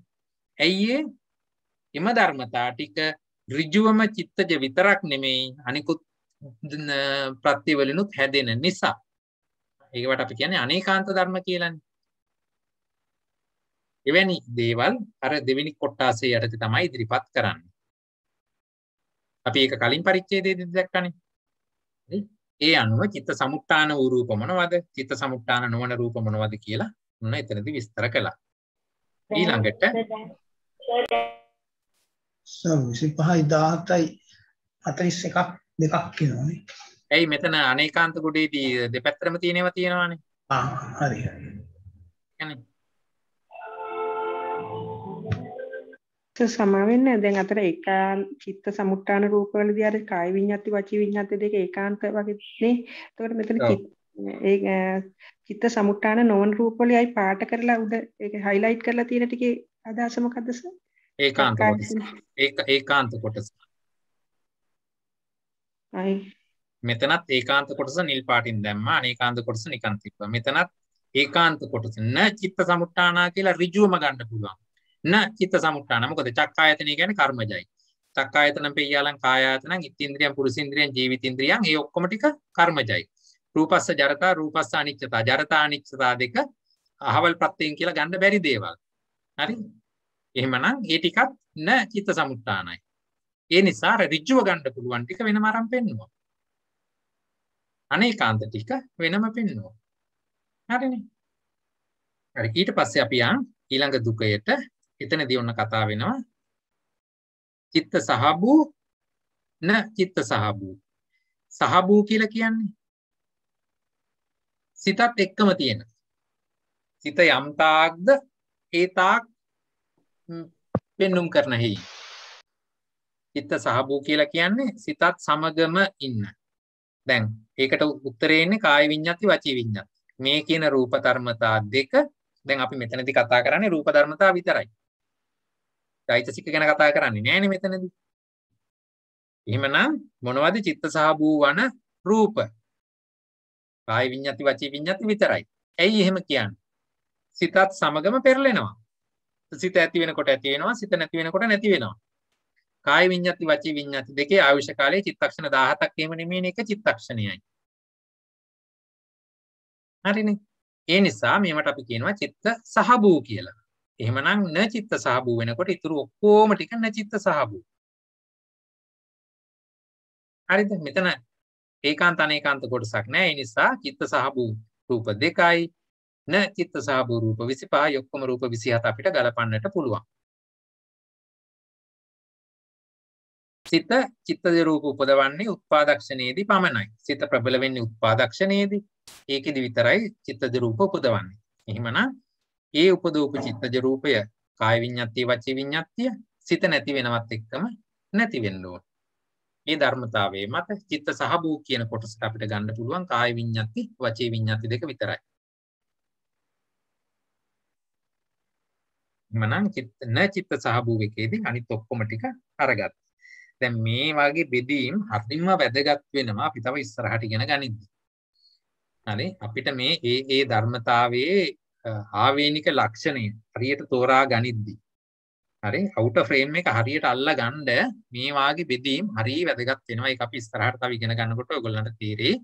මේවා මේ විදිහට විස්තර කරලා නොතිබුණා නම් අපි මොනතරම් පැටලිල්ලක එනවද කියලා හරියට තේරෙයි ඉස්සරහට. සමාවෙන්න සර්. ඔව්. සහබූ කියන වචනය සංප්‍රයුක්ත සහජාතකයෙන් කොහොමද වෙනස් කරලා වෙනස මොකක්ද? සංප්‍රයුක්ත සහජාත. සංප්‍රයුක්ත හෝ සහජාත හෝ කියන දෙක අපි රූප ධර්මයන්ට යොදන්නේ නෑ නේද? සංප්‍රයුක්ත වෙන්න නම් හරි අපි සංප්‍රයුක්තේ ආරම්භ බැලුවා සංප්‍රයුක්ත ප්‍රත්‍ය ආරම්භ බැලුවා නම් එතන කියන්නේ චත්තාරෝ කන්දා අරූපිනෝ චත්තාරෝ කන්දා අරූපිනෝ අඤ්ඤමඤ්ඤං සංපයුක්තප්පච්චේන පච්චයෝ කියනවා මිසක් එතනදී කිව්වේ නෑනේ චත්තාරෝ කන්දා අරූපිනෝ චත්තාරෝ කන්දා රූපිනෝ කියලා එහෙම කිව්වේ නෑනේ. රූපිනෝ ටික කොයි වෙලාවකවත් සහජාතයි කියලා එන්නේ නෑ මොනවද සංප්‍රයුක්තයි කියලා එන්නේ නෑ. ඒවා චිත්ත විප්‍රයුක්තයි. චෛතසික ටික තමයි සතර සංප්‍රයෝග ලක්ෂණයෙන් එකට ඉන්නේ. හරිනේ. රූප ධර්ම හැම වෙලාවකම අර නෙළුම් කොළේ උඩ තියෙන වතුර බිඳුව වගේ නෙළුම් කොළේ නොතැවරී ඉන්න ධර්මතානේ. රූපය කොයි වෙලාවකවත් සිත සමග තැවරෙන්නේ නැහැ. අර සතර සංප්‍රයෝග ලක්ෂණයෙන් එකට යන්නේ නැහැ. එහෙමනම් සහජාත ලක්ෂණය. හරි. එතකොට සහජාතයි කියන්නේ එකට ඉපදෙන්නට ඕනේ. හරි. එකට ඉන්නට ඕනේ. හරි. දැන් මෙයා එකතකට අපිට සහ මේ දෙන්න එකට ඉපදෙනවා තමයි. නමුත් රූප ධර්මය හැම වෙලාවකම නාම ධර්මයෙන් වෙනස්. ඒක අර චිත්ත විප්‍රයුක්ත නිසා අපි අර චෛතසික ගොඩට දාලා මෙයා කතා කරන්නේ නැහැ. මේවා රූප ධර්ම. මේ දෙකේ වෙනස හරියට තේරුම් ගන්නට ඕන. මම හිතන්නේ මට මතක හැටියට මම අන්තිමට ස්ලයිඩ් එකක් හදලා තියෙනවා. මම ඒකෙදී ඒක තවත් විස්තර වෙයි. ඒ කියන්නේ සර් වෙන වශයෙන් එකට ගමන් කරනවා. දැන් ඔව් මේ දෙන්න දෙකක්. අර මේ මොකද්ද මේකෙදි හරියට අපි තේරුම් ගත යුතුයි එකට එකම ඉපදීමයි එකට ඉපදීමයි කියන දෙකේ වෙනස. මෙතනදී ඉපදීම් දෙකක්. චිත්තයට එක ඉපදීමක්. කියන්නේ චිත්තෝත්පාදයේ තියෙන එක ඉපදීමක්. රූප ධර්මයන්ගේ තියෙන තව ඉපදීමක්. ඒ දෙන්න එකට ඉපදෙනවා තමයි. නමුත් එකම ඉපදීම නෙමෙයි. අන්නේ දෙකේ වෙනස හරියට අල්ලගත්තා නම් මේ රූප කියන ධර්මතාවයේ චිත්ත විප්‍රයුක්තයි කියන එක. එහෙමනම් ඒකට සංප්‍රයුක්ත ප්‍රත්‍ය දෙන්නේ නැහැ කියන එක අපිට තේරුම් ගන්න පුළුවන් වෙනවා. හරි. තව ඉස්සරහට තව හොඳ සෙල්ලම් එළි වෙන ජාමෙට කිව්වා වගේ අපිට තව ගොඩාක් ලස්සන බොහොම බුද්ධ ධර්මයේ තියෙන බොහොම සුන්දර තැන් ඉස්සරහට හම්බ වෙනවා. හැබැයි ඒවා අපි තේරුම් ගන්න නම් මේ සියුම් තැන් හරියට තේරුම් අරගෙන ඉන්න ඕනේ. අපි බලමු එහෙමින් කතා කරමු. හොඳයි. ඊළඟට අපි ආයෙත් කතා කරනවා මේ වගේම ධර්මතාවයක් ගැන. දැන් මෙතනදී අපි කතා කළේ සිත යම් තාක් තියනවාද ඒ තාක් පවතින ධර්ම. එහෙමනම් එතෙන්ට එන්නේ කාය විඤ්ඤාති වචී විඤ්ඤාති විතරයි. හරිද? ඇත්තටම කිව්වොත් අපි මේ රූප ධර්ම විතරක් නැතුව පොදුවේ කතා කරනවා නම් මොනවද චිත්ත සහභූ ධර්ම? කියන්න බලන්න. සිත සමගම ඉන්න ධර්ම කවුද? සිත ඇති වෙනකොටම ඇති වෙලා සිත නැති වෙනකොටම නැති වෙනවා. චෛතසික ධර්ම. චෛතසික. එහෙමනම් චෛතසික 52යි විඤ්ඤාති කියන දෙකම කාණ්ඩ දෙකම තමයි චිත්ත සහභූ වෙන්නේ. මෙතනදී අපි චෛතසික කතා කරන්නේ නැහැ නේ රූප ධර්ම විතරනේ කතා කරන්නේ. ඒ නිසා තමයි කාය විඤ්ඤාති වචී විඤ්ඤාති විතරක් අරගෙන උත්තරේ දෙකයි කියලා පෙන්වන්නේ. හරිනේ. ඊට පස්සේ 11 වෙනි එක. චිත්තානුපරිවර්ති. හරි චිත්තානුපරිවර්ති. සිත සමග පෙරලෙන, සිත අණුව පෙරලෙන. චිත්තානුපරිවර්ති. එතකොට සිත පෙරලෙනවත් එක්කම සිත නැති වෙනවත් එක්කම නැති වෙන්න ඕන. නැවත අර අර්ථෙමයි එන්නේ. චිත්තානුපරිවර්ති. සිත සමග පෙරලෙමින් යන. කාය විඤ්ඤාති වචී විඤ්ඤාති. රූප ධර්මතාව වලින් ওই දෙක විතරයි එන්නේ. හරි? සිත සමගම පෙරලෙමින් යන ධර්මතා. එතකොට දැන් මේ අනුව මේ වගේ පැහැදිලි වෙනවා. මේ කියන රූප ධර්ම වලට ආයුෂය චිත්තක්ෂණ එකයි කියන එක වෙන කොහොමවත් ලියලා නැහැ. නමුත් මේ ධර්මතා තුලින් අපි ඒක උකහා ගන්නට ඕනේ. හරිනේ. බුදුහාමුදුරුවෝ කොහෙවත් ටේබල්ස් ගහලා දීලා නැහැ වෙන්න මේ ධර්මතාවයේ ආයුෂ මෙච්චරයි මේ ධර්මතාවයේ ආයුෂ මෙච්චරයි කියලා. නමුත් මේ විදිහට දේශනා විලාසය අනුව ඉදිරිපත් කරලා තියෙන කරුණු අනුව අපි ඒක ගලප ගන්නට ඕනේ. ඒක චිත්ත සහභූණං චිත්තානුපරිවර්තිනං කාය විඤ්ඤාති වචී විඤ්ඤාති කියන්නේ ඒක චිත්තක්ෂණිකයි කියලා. හරිද? මේ නිසාම තමයි මේවට කියන්නේ මේක සිත විසින්ම උපදවන රූප කියලා ඒකාන්ත චිත්තජ රූප හැටියට යන්නේ. හරි එහෙමනම් චිත්තානුපරිවර්ති නොවන කිව්වහම ඊතුරු රූප ධර්මතා 25. අර පළවෙනි පදේ හරියට ගලප ගත්තාම එසේ නොවන ධර්මතා ඔක්කොම ටික දෙවෙනි පදයට ගොනු වෙනවා. එහෙමනම් ඒකත් ලේසි හොයාගන්න යන්න පුළුවන්. ඊළඟට 12 වෙනි එක අපිට එනවා අජ්ජත්තික රූප බාහිර රූප. අත්ති රූපං අජ්ජත්තිකං අත්ති රූපං බාහිරං. ඒ දංක 676 අජ්ජත්තික සහ බාහිර රූප විස්තර කරනවා. අජ්ජත්තික කිව්වම පහයි එන්නේ මොනවද? චක්කායතන, පෙය්‍යාලං කායායතන. චක්කායතනේ, සෝතායතනේ, ගානායතනේ, ජීවආයතනේ, කායායතනේ. හරිද? ඒ පහ තමයි අපි අපේ ශරීරයේ මමය මගේය කියලා අරගන්නේ ওই ටික නේද? ප්‍රධානම ওই පහ කෙරෙහි නෙමෙයි අපේ තෘෂ්ණාව දැඩිව යෙදිලා තියෙන්නේ. සෝ సంతානෙහි පවත්නා ධර්ම කියලා කියන්න පුළුවන් ওই අජ්ජත් පහට නේද? මගේ ඇහැ, මගේ කන, මගේ ඔක්කොම ටික නේද? ඒ ටික තියෙන්නේ. එතනින් එහාට වෙනත් දෙයක් උත් නෑ වගේ හරියට. බහිද්ද කියලා කිව්වහම සෝ సంతානෙන් අන්නේ වූ ධර්ම බහිද්දයි. වෙන්න මගේ ටික මගේ ඇහැ මගේ කන මගේ නාසය මගේ දිව මගේ සම ස්පර්ශය ඔක්කොම ටික වෙන්න මගේ. එයින් පරිබාහිර වූ සියල්ල බාහිරයි. හරිද? එහෙමනම් රූප ආයතන, සද්ද ආයතන, ගන්ධ ආයතන, රස ආයතන, පොට්ටබ්බ ආයතන ඔක්කොම ටික බාහිරයි. හරිද? මේක මට සාපේක්ෂව වෙන්න මගේ කොටස, මට සාපේක්ෂව වෙන්න බාහිර කොටස. එහෙමනේ මේක යන්නේ. සුත්තන්ත භාජනීයව අපි සූත්‍ර පිටකේ කියවනවා නම් එතන පුද්ගල භාවයේ පදනම් කරගෙනනේ දේශනාව ඇවිල්ලා තියෙන්නේ. නමුත් අභිධර්ම භාජනීයේදී අභිධර්ම ක්‍රමයේදී ධර්මතා වශයෙන් කතා කරද්දී අජ්ජත්තික කියලා අපි ගන්නෙ පහයි. චක්කායතන, සෝතායතන, ගානායතන, ජීවආයතන, කායායතන එච්චරයි. එහෙමනම් බාහිර රූප කියනකොට ඊතුරු රූප 22ම බාහිරයි. සමානස දැන් මෙතන හදේ රූපේ තිබුණා නම් ඒක අජ්ජත්තික විදිහටද ගන්නෙ? හදේ රූපේ තිබුණා නම් ඒක අජ්ජත්තිකද බාහිරද? හොඳ ප්‍රශ්නයක්. මොනවද ඒ ගැන අදහස් තියෙන්නේ? අජ්ජත්තික රූපේ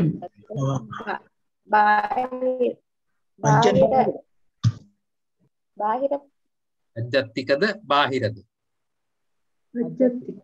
බාහිරයි. බාහිරයි. ඇයි බාහිරයි කියන්නේ? ඇයි හෘදේ වස්තුව ඔපරේට් කරන්න කිව්වොත් සර් අපි ඇහැ කරන්න කියන හෘදය ඔපරේට් කරන්න කියන්නේ ඒක අයිති වෙන්නේ සුකුම රූප වලට. තව මොනවද තියෙන උත්තර? හෘදේ රූපෙත් මගේනේ. හෘදේ රූපේ කියන එකත් මගේනේ. හෘදේ රූපේ කියන එකත් මගේද?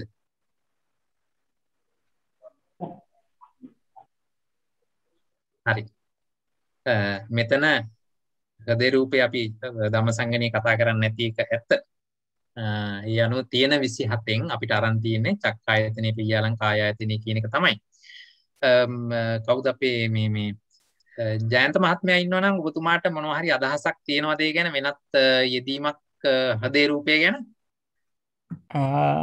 තිරුවන්සන් මංගල මහත්මයා මට තේරෙන විදිහට මේ දැන් අපි තවත් තියෙනවානේ පුරුෂේන්ද්‍රිය රූපේ, ඉත්තේන්ද්‍රිය රූපේ වගේ කර්මජ රූප ටිකක් ඒ ටිකත් ඇත්තටම ගිහින් තියෙන බාහිර රූප වලටනේ. ඒක නිසා මට හිතෙනවා හදේ රූපත් බාහිර විය යුතුයි වගේ තර්කයක් ගේන්න පුළුවන් කියලා නේද? මොකද මේක අපිට අර විභංගය කරද්දී එතනදී අජත්ත බාහිර ભેදයේ ලස්සනට බෙදලා පෙන්නකොට ඒක පැහැදිලිව විස්තර කරන් එනවා සාපේක්ෂතාවයේ පදනම් කරගෙන. දැන් මේ ගෙදර ඉන්න එක්කෙනා මේ ගෙදර ෆැමිලි එකක් ඉන්නවා නම් ඒ ෆැමිලි එක ඔක්කොම අජත්තිකයි වගේ අපිට සැලකිනවා. ඒතකොට අල්ලපු ගෙදර එක්කෙනා බහිද්දයි. ඊළඟට මේ ගෙදර ඉන්න අපි ගත්තොත් අම්මා ගැන සැලකනකොට එතකොට අම්මා වෙනමයි. එතකොට අනිත් දරුවෝ බාහිරයි. අර ඒ විදිහට අපිට සැලකන්න වෙනවා. වෙන එකක් තියා එතනදී උදාහරණ හැටියට පෙන්නගෙන ඉනවා. අපි හිතමුකෝ ගැබ්බර මාතාවක් ඉන්නවා නම් ඒ ගැබ්බර මාතාවට මේක සියුම් කරගෙන එද්දි අම්මා අජත්තික වෙනවා, බඩේ ඉන්න දරුවා බාහිර වෙනවා. මේ ආදී වශයෙන් මේක සාපේක්ෂව බෙදාගෙන යන ක්‍රමයකුත් අපි විභංගයේදී ඉගෙන ගන්නවා. මෙතනදී ධම්මසංගණිය තුලදී මොනවද හදේ රූපය අරගෙන නැති නිසා මෙතන අපිට පෙන්නලා තියෙන්නේ රූප ධර්ම පහයි අජත්තික කියලා, චක්කායතන, පියාලං, කායායතන කියලා. එහෙමනම් ඊතුරු ධර්ම ටික බාහිර වෙන්නට ඕනේ. ඒක පැත්ත. අනිත් පැත්ත අපි මෙහෙම අරගෙන බලමු. අපි සබ්බ සූත්‍රය අරන් බැලුවා නම් සබ්බ සූත්‍රයේදී සබ්බං කියලා හඳුන්වපු සියලුම තැනකදී හිත දැක්කලා තිබුණේ චක්කායතනයයි රූපායතනයයි. එතකොට සෝතායතනයයි සද්දායතනයයි, ගහනායතනයි ගන්ධායතනයි, ජීවායතනයි රසායතනයි, පොට්ටබ්බායතන මෙන්නද කායායතනයි පොට්ටබ්බායතනයි, මනායතනයි ධම්මායතනයි. ඔච්චරයි. හරිද? මුළු ලෝකෙම ඔච්චර නම් හරි. ඒකෙන් අජත්තික උනේ ඕලාරික රූප ටික නම් ඒ පැත්තෙන් බැලුවත් මටත් හිතෙනවා හදේ රූපේ බාහිරට යන්න ඕනේ කියලා. ඒ වගේ පෙළ දහම තුල එකතු කරගන්න පුළුවන් සාධක අරගෙන තව විමසලා බලමු. මම ඒක කොහෙවත් හැබැයි කියවලා තිබුණේ නෑ හදේ කියන එක අහවල් තැනට යා යුතුයි කියලා. හරි? විමසලා බලමු. මේක අර ආධ්‍යාත්මික කියන අර්ථයෙන් ගත්තාම ඒක ඒ ගැටලුව විසඳෙනව නේද සර්? ඇත්තටම එතන ආධ්‍යාත්මික බව ඇති වෙන්න නම් ඒ ලෝකය මැවෙන්නේ කොහොමද කියන එක, තමන්ව ඇති වෙන්නේ කොහොමද කියන එක, පරියාපන්න වෙන්නේ කොහොමද කියන එක හරියට දැනෙන්නට ඕනනේ. හරි. ඊළඟට මංගල මහත්තයා සමාවෙන්න තව එකක් මේ මෙතන අජ්ජත්තික කියනකොට රාජ්‍යත්තික ආයතන පැත්තෙන්මයි හිතලා තියෙන වගේ පේනවා නේද? හැම වෙලාවකම ඔව්. නාම ධර්ම තිබුණා නම් ඔතනට මන ආයතනයක් තියෙනවා. දැන් මෙතන රූප ගැන විතරක් කතා කරන හින්දා අජ්ජත්තික ආයතන ටික විතරයි වගේ එතනට එකතු කරලා තියෙනවා වගේ තේරෙනවා. ඔව්. පැහැදිලිවම ධර්මයේ ගොඩාක් කතා කරලා තියෙන ආයතන මට්ටමින්මයි. මොකද ආයතන ස්වභාවයේ සක්‍රීයත්වයක් නොවන තාක් අපිට චිත්ත තන්දතිය පවතින්නේ නැහැ. දැන් ආයතන කියන්නේ යමක් හදන තැන. චක්කායතනෙ මොනවද කරන්නේ? චක්කු විඥාන ධාතුව උපද්දලා දෙන එක. හරි? ඒක තමයි ඒක නිෂ්පාදනය වෙන්නේ. අර එවැනි නිෂ්පාදනය නොවන තාක්කල් අපිට ලෝකේ නිර්මාණය වෙන්නේ නැහැ. ඒ වගේ අදහසක් තමයි මමත් තේරුම් අරන් තියෙන්නේ.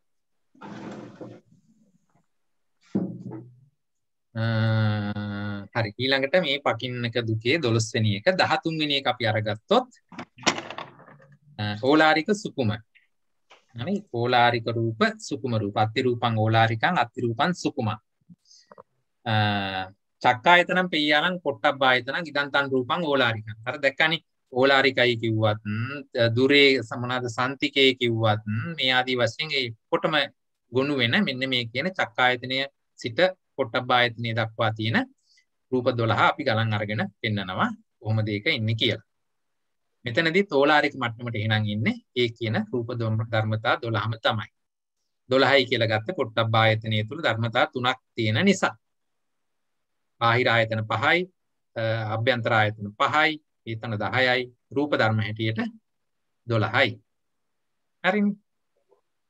සුකුම රූප කියලා එහෙනම් ගන්නෙ මේ ඕලාරික රූප නොවන අනිත් සියල්ලම සුකුම රූප. එතකොට එතනදී ඉන්ද්‍රියේ ඉඳලා කබලින්කාර වෙනකන් සියලුම රූප ටික අඩංගු වෙනවා. ඉලක්කම හැටියට ගත්තොත් රූප 15ක් එතෙන්ට එනවා. ඕලාරික නොවන්නේ සුකුමයි කියන අර්ථයෙන් අරගන්න. එතකොට ඕලාරිකයි කියන එක අපිට සාමාන්‍යයෙන් හඳුන්වන්නේ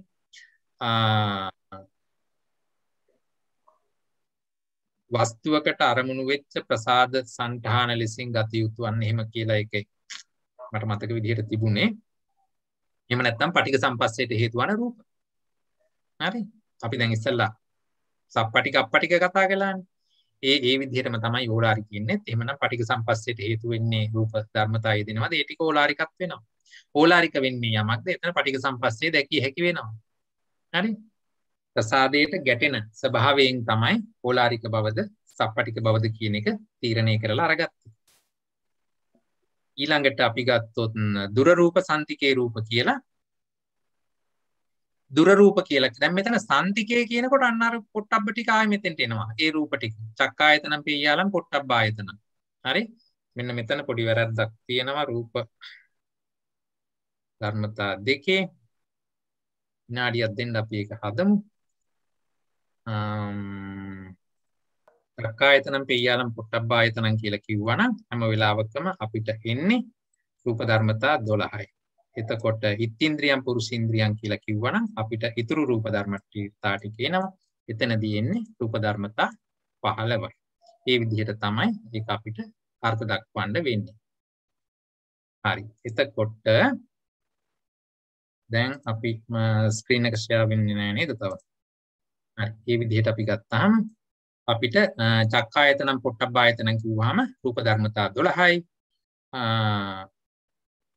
ඒවා ඔක්කොම එතකොට සන්තිකේ රූපත් වෙනවා. සප්පටික රූප වුණා, ඕලාරික රූප වුණා, සන්තිකේ. සන්තිකේ කියන්නේ හරියට මගේ ළඟ වගේ නිකන්. හරි මගේ වගේ තේරෙන ටික තමයි මෙතනදී අරගෙන තියෙන්නේ. එහෙමනම් ඒයින් පරිබාහිර වූ සියල්ල දුරයි. දුරයි කියන තැනේදී අර ඝට්ටන වශයෙන් ගන්න බැහැ කියන අර්ථයයි. එතකොට එහෙම නැත්නම් අවබෝධයට අපහසු කියන අර්ථය. හරි. අර ඒ විදිහට තමයි ඒක අර්ථ දක්වලා තියෙන්නේ. ඒක තමන් ළඟ තිබුණත් ඒ ගැන අවබෝධයට අමාරු වුණා. හරි? ඒක දුර රූප හැටියට තමයි සලකලා තියෙන්නේ. සන්තිකේ කිව්වහම ඒක අර සුවිඤ්ඤය. ඒ කියන්නේ විඥාණයට පහසුවෙන් ගන්න පුළුවන්. ඒක නිසා ඒක යම් කිසි දෙයක් දුර තිබුණා වුණත් ඒක සන්තිකේ හැටියට සලකලා තියෙනවා. හරි අවබෝධ වෙන්න ඉක්මනට අවබෝධ කරගන්න පුළුවන් දේ තමන්ට වැටහෙන දේ තමන්ගේ කියලා හැඟෙන දේ. හරි ඒවා මේ විදිහට ගත්තා. ඒ වගේම එතකොට තමයි සන්තික ඕලාරික සප්පටික ඒවා එක අර්ථයෙන් එක විදිහට යන ස්වභාව ධර්ම හැටියට තමයි සැලකුනේ එකම අභිදේයාර්ථ ගොනුනේ. හරිද? එහෙමනම් දුර රූප කියලා කිව්වහම රූප 15යි. ඒක තියෙන ඉත්ත්‍ින්ද්‍රියේ ඉඳලා කබලින්කාර ආහාර වෙනකන් පෙළ ගැස්වෙන රූප 15. සන්තිකේ කියලා කිව්වහම චක්කායතනේ ඉඳලා පොට්ටබ්බ ආයතනකන් තියෙන ආයතන 10යි. එහි තියෙන රූප ධර්ම 12 තමයි එතෙන්ට ගත්තේ. දැන් මේ වෙනකොට අපි ප්‍රකීර්ණක කාණ්ඩයේ දුක 14ම කතා කළා. එහෙමනම් පළවෙනි කොටස අපිට අවසන් කරන්නට පුළුවන් ද්විදේන රූප සංග්‍රහය. ප්‍රකීර්ණක කාණ්ඩයේ දුක 14ක් මේ විදිහට අපි කතා කළා. ඊළඟට අපිට කතා කරන්න තියෙන්නේ වස්තු දුක ගැන. හරිද? වස්තු ධර්මයන් මුල් කරගෙන යුගල හදලා අපි කතා කරනවා. ඒ ගැන බැලුවොත් අපිට පේනවා මේ විදිහට. අත්ති රූපං චක්කු සම්පස්ස වස්තු අත්ති රූපං චක්කු සම්පස්ස නවත්තු. දැන් බලන්නකො මෙතනදී අපි මේක අරන් තියෙන්නේ වස්තුව මුල් කරගෙන. වස්තු ධර්මය කියලා කියන්නේ මොකද්ද? සිත් ඇතිවීමට නිස්සරය වෙන රූප ධර්මය. චක්කු වස්තු, සෝත වස්තු, ගාන වස්තු, જીවහා වස්තු, කාය වස්තු. ඊළඟට එන්නේ හදේ වස්තු. එහෙමනම් මෙතන අපි අරගෙන තියෙන්නේ වස්තුව කියන ධර්මතාවය. සිත ඇතිවීමට නිස්සය වන ධර්මයේ මුල් කොටගෙන තමයි මේ බෙදීම කරලා තියෙන්නේ. චක්කු වස්තුව ආරම්භ පෙන්නනවා වෙන්න චක්කු වස්තුව කියන එක. එහෙනම් අනිත් ඔක්කොම වස්තු ටිකකින් පරිබාහිරයි. එතකොට ඒක කිව්වේ කොහොමද? චක්කු සම්පස්සේට වස්තුව රූපයක් ඇත. චක්කු සම්පස්සේට වස්තු නොවූ රූපයක් ඇත. මේ විදිහට ඔයගොල්ලෝ මේක පෙළපොත කියවුවා. හරිද? පෙළපොත කියවුවා නම් වස්තු දුක තියෙන්නේ ඡේදාංක 682 ඉඳලා පිටු අංක 312 දී. එතනදී විස්තර වෙන්නේ මෙන්න මේ විදිහට නෙමෙයිද කියලා බලන්න. ඉස්සරලම යම්කිසි එක් වස්තු රූපයක් අරගන්නවා. දැන් පළවෙනියට අපි සාමාන්‍යයෙන් ගන්න චක්කු වස්තුවනේ. ඒ චක්කු වස්තුව අරගෙන මේ වස්තු දුක තුල පෙන්නනවා මේ චක්කු වස්තුවට කරණ කොටගෙන ස්පර්ශය ඇති වෙන්නේ කොහොමද? චක්කු සම්පස්සය ඇති වෙන්නේ කොහොමද? චක්කු සම්පස්සයට වස්තු වෙන රූපය මොකද්ද? ඊට පස්සේ චක්කු සම්පස්සජා වේදනාවට වස්තු වෙන රූපය මොකද්ද? සංඥාවට වස්තු වෙන රූපය මොකද්ද? චක්කු සම්පස්සජාය සංඥාය. ඊට පස්සේ චක්කු සම්පස්සජාය චේතනාය. ඊට පස්සේ චක්කු විඥානස්ස වත්තු. මේ විදිහට පස්ස පංචකය ඉදිරිපත් කරලා ඒ පස්ස පංචකයට ඒ තැනේදී වස්තු රූපය වෙන්නේ මොකක්ද කියන ධර්මතාවය පෙන්නනවා. එතකොට පළවෙනියෙන් පෙන්වුවා චක්කු වස්තු අරගෙන අත්ති රූපං චක්කු සම්පස්ස වස්තු. සම්පස්ස ස්පර්ශය පස්ස චෛතසිකය. හරි චක්කු සම්පස්සයට වස්තුනේ මොකද්ද? චක්කු සම්පස්සජා වේදනාවට වස්තුනේ මොකද්ද? මේ විදිහට චක්කු වස්තුව මුල් කරගෙන පස්ස පංචකයේ පැනවීම පෙන්වනවා. ඒ විදිහටම සෝත වස්තුව, ගාන වස්තුව, જીවහා වස්තුව, කාය වස්තුව නිසා ඒ වස්තු ටිකත් අරන් පෙන්වනවා. එක එකට පෙන්නනවා කොහොමද මේ එක එකක් ඇති වෙන්නේ කියලා. ඒ අනුව අපිට පේනවා චක්කු සෝත ගාන જીවහා කාය කියන වස්තු රූප පහ ඒ තැනේදී අරන් පෙන්නනවා පස්ස පංචකයට වෙන වෙනම ඇති වෙන්නේ කොහොමද කියලා. එහෙමනම් ණය ක්‍රම මෙතන 25ක් ඉදිරිපත් කරලා තියෙනවා. ඒ අනුව තමයි වස්තු දුක 25යි කියලා අපි කියන්නේ. යුගල පද 25ක් මෙතන අරන් පෙන්නනවා. අත්ති රූපං චක්කු සම්පස්ස වස්තු, අත්ති රූපං චක්කු සම්පස්ස න වස්තු. මේ විදිහටම අපිට පෙන්වන්න පුළුවන් කාය වස්තුව සඳහා. බෙන්න කාය සම්පස්සේ සඳහා වස්තු රූපය, බෙන්න කාය සම්පස්සේ සඳහා වස්තු නොවන රූප. මේ විදිහට මේක දෙකට බෙදලා පෙන්නපුවාම ප්‍රසාද රූප පහක් තියෙනවා. පස්ස පංචකය මෙතන කාරණා පහක් පෙන්නනවා. ඒතකොට එහෙනම් 5 5 25 කියලා ධර්මතා 25 පිට වෙනම ගොනු කරලා පෙන්වන්නට පුළුවන්. මේක තමයි වස්තු දුක ඉදිරිපත් කිරීමේ පදනම. හරිද? දැන් ඉතින් ওই පදනම තුල ඉඳගෙන අපි මේක ඉදිරියට කතා කරමු. චක්කු වස්තුව මුල් කරගත්ත දුක පහක් පෙන්නනවා එතකොට. කතමන්තං රූපං චක්කු සම්පස්ස වත්තු, කතමන්තං රූපං චක්කු සම්පස්ස න වත්තු. හරිද? එහෙමනම් උත්තර දෙක එන්නේ කොහොමද? චක්කු සම්පස්ස වත්තු කියලා කිව්වම චක්කායතන. චක්කු සම්පස්සේට ඒ කියන්නේ චක්කුව මුල් කරගෙන ඇති වෙන ස්පර්ශ චෛතසිකය ඇතිවීමට වස්තු උනේ මොකද්ද? දැන් සිත ඇති වෙනවට වස්තු රූපය කියලා කියනකොට චෛතසික ඇතිවීමටත් ඒකම නෙවෙන්නේ. ඒ වස්තු රූපයම නෙවෙන්නේ. සිත ඇති වෙන්නේ චිත්තෝත්පාදයක් විදිහට. එතන සිතක් තියෙනවා, සිත ඇසුරු කරගත්ත චෛතසිකක් තියෙනවා. මේ දෙක එකටමනේ ඇති වෙන්නේ. එහෙමනම් සිත විසින් යම් වස්තු රූපයක් ඇසුරු කළාද චෛතසික විසින් ඇසුරු කරන්නේ එම වස්තු රූපයමයි.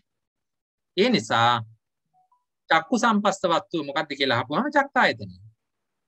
එහෙමනම් චක්කු සම්පස්ස නවත්තු කියලා කිව්වහම සෝතායතනයේ ඉඳලා කබලින්කාරෝ ආහාරය වෙනකන් ගන්නවා. එහෙමනම් ධර්මතා හැටියට පෙන්නකොට චක්කු සම්පස්ස වස්තු හැටියට ගන්න පුළුවන් එක පරමාර්ථ ධර්මයයි. මොකක්ද ඒ? චක්කායතනය. එහෙමනම් ඊටු ඔක්කොම ටික වැටෙන්නේ චක්කු සම්පස්ස න වත්තු කියලා. හරිනේ. ඒ විදිහට අපිට ඒ යුගලය පෙන්වන්නට පුළුවන්. මේ විදිහටම ඡේදාංක 682 83 මේ විදිහට පෙන්වුවා. 84න් පෙන්නනවා කතමංචං රූපං සක්කු සම්පස්සජාය වේදනාය. සම්පස්සජාය වේදනාය විභක්ති හරියට ගලපලා පෙන්නලා තියෙනවා. චක්කු සම්පස්සජාය වේදනාය කියන ධර්ම වේදනාව ඇති වෙනකොට ඒකට මොකද්ද වස්තු රූපය උනේ? ඒකට වස්තු රූපය උනේත් එහෙනම් චක්කායතනෙමයි. එහෙමනම් නැවත් උනේ 26ක් රූප ධර්ම ඉදිරිපත් වෙයි. අර විදිහම තමයි. ස්පර්ශයට වස්තුනේ චක්කායතනෙ. ඒ වගේම එම ධර්මතාවයේ එම ස්වභාවයම තමයි එහි යෙදෙන වේදනාවටත් යෙදෙන්නේ. ඒ වේදනාවත් චක්කායතනෙ මුල් කරගෙනමයි ඇති උනේ. එහෙමනම් මේ විදිහට සංඥාව, චේතනාව, විඥාණය කියන්නේ සිත. පස්ස, වේදනා, සංඥා, චේතනා, චිත්තං කියන පස්ස පංචකයේ ඇතිවීම සඳහා මොනවද අපිට ඉදිරිපත් කරන්න පුළුවන් ධර්මතාවය? චක්කු සම්පස්සේ ගැන කතා කළා නම් චක්කු සම්පස්සජා වේදනාය, සංඥාය, චේතනාය, විඥායන කියන ඔක්කොටම චක්කායතනෙ තමයි වස්තු වෙලා තියෙන්නේ. එයින් පරිබාහිර අනිකුත් 26ක් වූ රූප ටික නැවත්තු හැටියට එහෙනම් සැලකෙනවා. හරිද? මේ විදිහම තමයි ඊතුරු ආයතන සඳහාත් වෙන්නේ. ඊතුරු වස්තු රූප සඳහාත් වෙන්නේ. මේක පැහැදිලිද? පස්ස පංචකයේ පැනවීම පෙන්නවා. නාම ධර්මයන්ගේ පැනවීම. හරිනේ. එකම වස්තුව මුල් කරගෙන පනවපු හැටි. ඒ අනුව චක්කු සම්පස්ස වස්තු කිව්වහම චක්කායතනෙ. චක්කු සම්පස්ස නවස්තු කිව්වහම ඉතිරි රූප 26යි. ස්පර්ශය මුල් කරගෙන මේ විදිහට බෙදලා පෙන්නවා. ඊට පස්සේ වේදනාව මුල් කරගෙන ඒත් අර උත්තරේමයි එන්නේ. චක්කු සම්පස්සජාය වේදනාය වත්තු කිව්වහම චක්කායතනෙ. නවත්තු කිව්වහම ඉතිරි රූප 26යි. සංඥාවටත් ඔය උත්තරේමයි එන්නේ. චේතනාවටත් ඔය උත්තරේමයි එන්නේ. චක්කායතනයයි ඉතුරු රූප 26යි. විඥාණයටත් ඔය උත්තරේමයි එන්නේ. හරිනේ. දැන් සෝත වස්තුව මුල් කරගත්තත් ඒත් ඔය කතන්දරේම නේද එන්නේ. කතමං තං රූපං සෝත සම්පස්ත වස්තු. සෝතායතනෙ. සෝත සම්පස්සේ වෙනුවෙන් වත්තු වෙන්නේ මොකද්ද? සෝතායතනෙ. ඉස්සෙල්ලා කතා කළේ මොකද්ද? චක්කු සම්පස්සේ වෙනුවෙන් වත්තු උනේ මොකද්ද? චක්කායතනෙ. හරිනේ. ස්පර්ශ චෛතසිකය එකමයි. ඒක චක්කු සම්පස්සේ වෙද්දී චක්කු වස්තුව මුල් කරන් ඇති වුණා. සෝත සම්පස්සේ වෙද්දී සෝතායතනෙ මුල් කරන් ඇති වුණා. මේ විදිහටම ඉතුරු ධර්මات අපිට ගලපන්න පුළුවන්. වේදනාවටත් එහෙමයි, සංඥාවට, චේතනාවට, චිත්තයට. චිත්තය කියන්නේ සෝත විඥාණයට. සෝත විඥාණයට වත් උනේ සෝතායතනෙ. හරිනේ. එහෙමනම් මේ විදිහට දැන් අපි චක්කුව පෙන්නවා, සෝතය පෙන්නවා. ඒ වගේම නිමිත ගාණයට, ජීවහාවට, කායට ඔය ඔක්කොටම මේ උත්තරේම තමයි මට අරන් පෙන්නන්න තියෙන්නේ.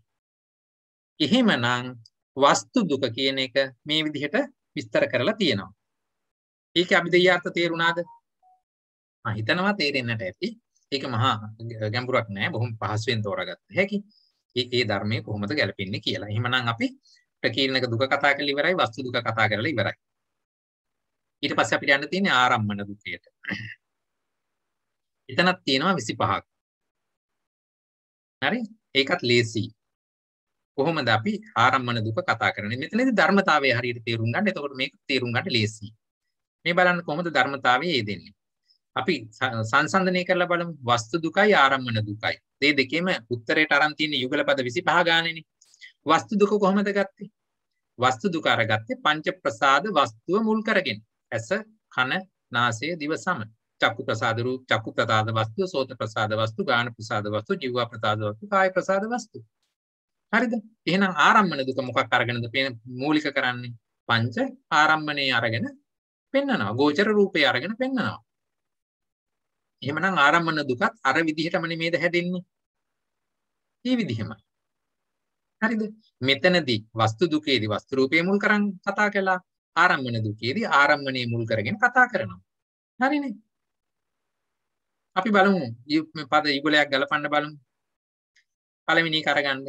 අත්තිරූපං චක්කු සම්පස්ස ආරම්මණං. ඉස්සෙල්ලා තිබුණේ මොකද්ද? චක්කු සම්පස්ස වත්තු.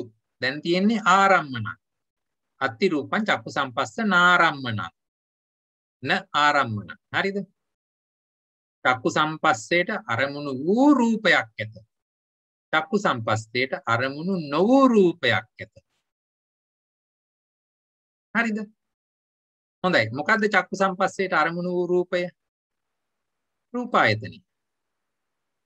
චක්කු සම්පස්සේට අරමුණු වෙච්ච රූපේ රූපායතනෙ. එහෙමනම් ඉස්සරලා වගේම මේ රූප ආයතනේ මුල් කරගෙන චක්කු සම්පස්සේ ඇති වෙනවා. චක්කු සම්පස්සජාය වේදනාය ඇති වෙනවා. චක්කු සම්පස්සජාය සංඥාව ඇති වෙනවා. චක්කු සම්පස්සජාය චේතනාය වෙනවා. චක්කු සම්පස්සජං චිත්තං වෙනවා. හරිද? මේ පහම රූපාරම්මණය මුල් කරගෙන ඇති වෙන අරමුණු කරගෙන ඇති වෙන්න පුළුවන්. ඒ වගේම සද්ධාරම්මණය අරමුණු කරගෙන, ගන්ධාරම්මණය අරමුණු කරගෙන, රසාරම්මණය, පොට්ටබ්බාරම්මණය ඒව අරමුණු කරලත් මේ පස්ස පංචකයාගේ පැනවීම මේ විදිහටම අපිට ඉදිරිපත් කරන්නට පුළුවන්. එහෙමනම් එතනදිත් ආරම්මන පහයි, පස්ස පංචකයාගේ අංග පහයි, නැවත වතාවක් අපිට පද 25 එනවා. දැක්කද? කලින් වතාවේ වත්තු කියනකොට අපි වත්තු ධර්මය අරන් කතා කළා. දැන් කතා කරනවා අපි ආරම්මන ධර්මය අරගෙන. හරිනේ. එකම ණය ක්‍රමය මේ විදිහට පදනම් දෙකකින් අපි කතා කළා. හරිනේ. අපි තව යුගලයක් ගලපලා බලමු. අර වගේම කතමන් තං රූපං චක්කු සම්පස්ස ආරම්මන. උත්තරේ මොකක්ද දෙන්න ඕනේ? රූපායතන. චක්කු සම්පස්සයට අරමුණු වෙන්නේ මොකද? චක්කුවට ඉතින් අරමුණු වෙන්නේ අනිවාර්යයෙන්ම රූපායතනයක්නේ. වර්ණ රූපයනේ. එහෙමනම් සිතට අරමුණු වෙන්නෙත් ඒකයි, චෛතසිකයට අරමුණු වෙන්නෙත් ඒකයි, සිත මේ චක්කු වස්තුව විසින් ග්‍රහණය කරන්නෙත් ඒකයි. හරිනේ. ගෝචර රූපේ වෙන්නේ රූපායතන. එහෙමනම් කතමං තං රූපං චක්කු සම්පස්ස ආරම්මණං කිව්වහම රූපායතන. ඒ වගේම එහෙනම් ආරම්මණං කිව්වහම ඊටු ඔක්කොම ටික. චක්කායතනම් පෙය්‍යාලං කබලින්කාරෝ ආහාරෝ. අන්න දැන් මෙතනත් බලන්නකෝ. චක්කායතනයේ ඉඳලා කබලින්කාරෝ ආහාරෝ කියන තැන රූප ධර්ම 27ම තියෙනවා.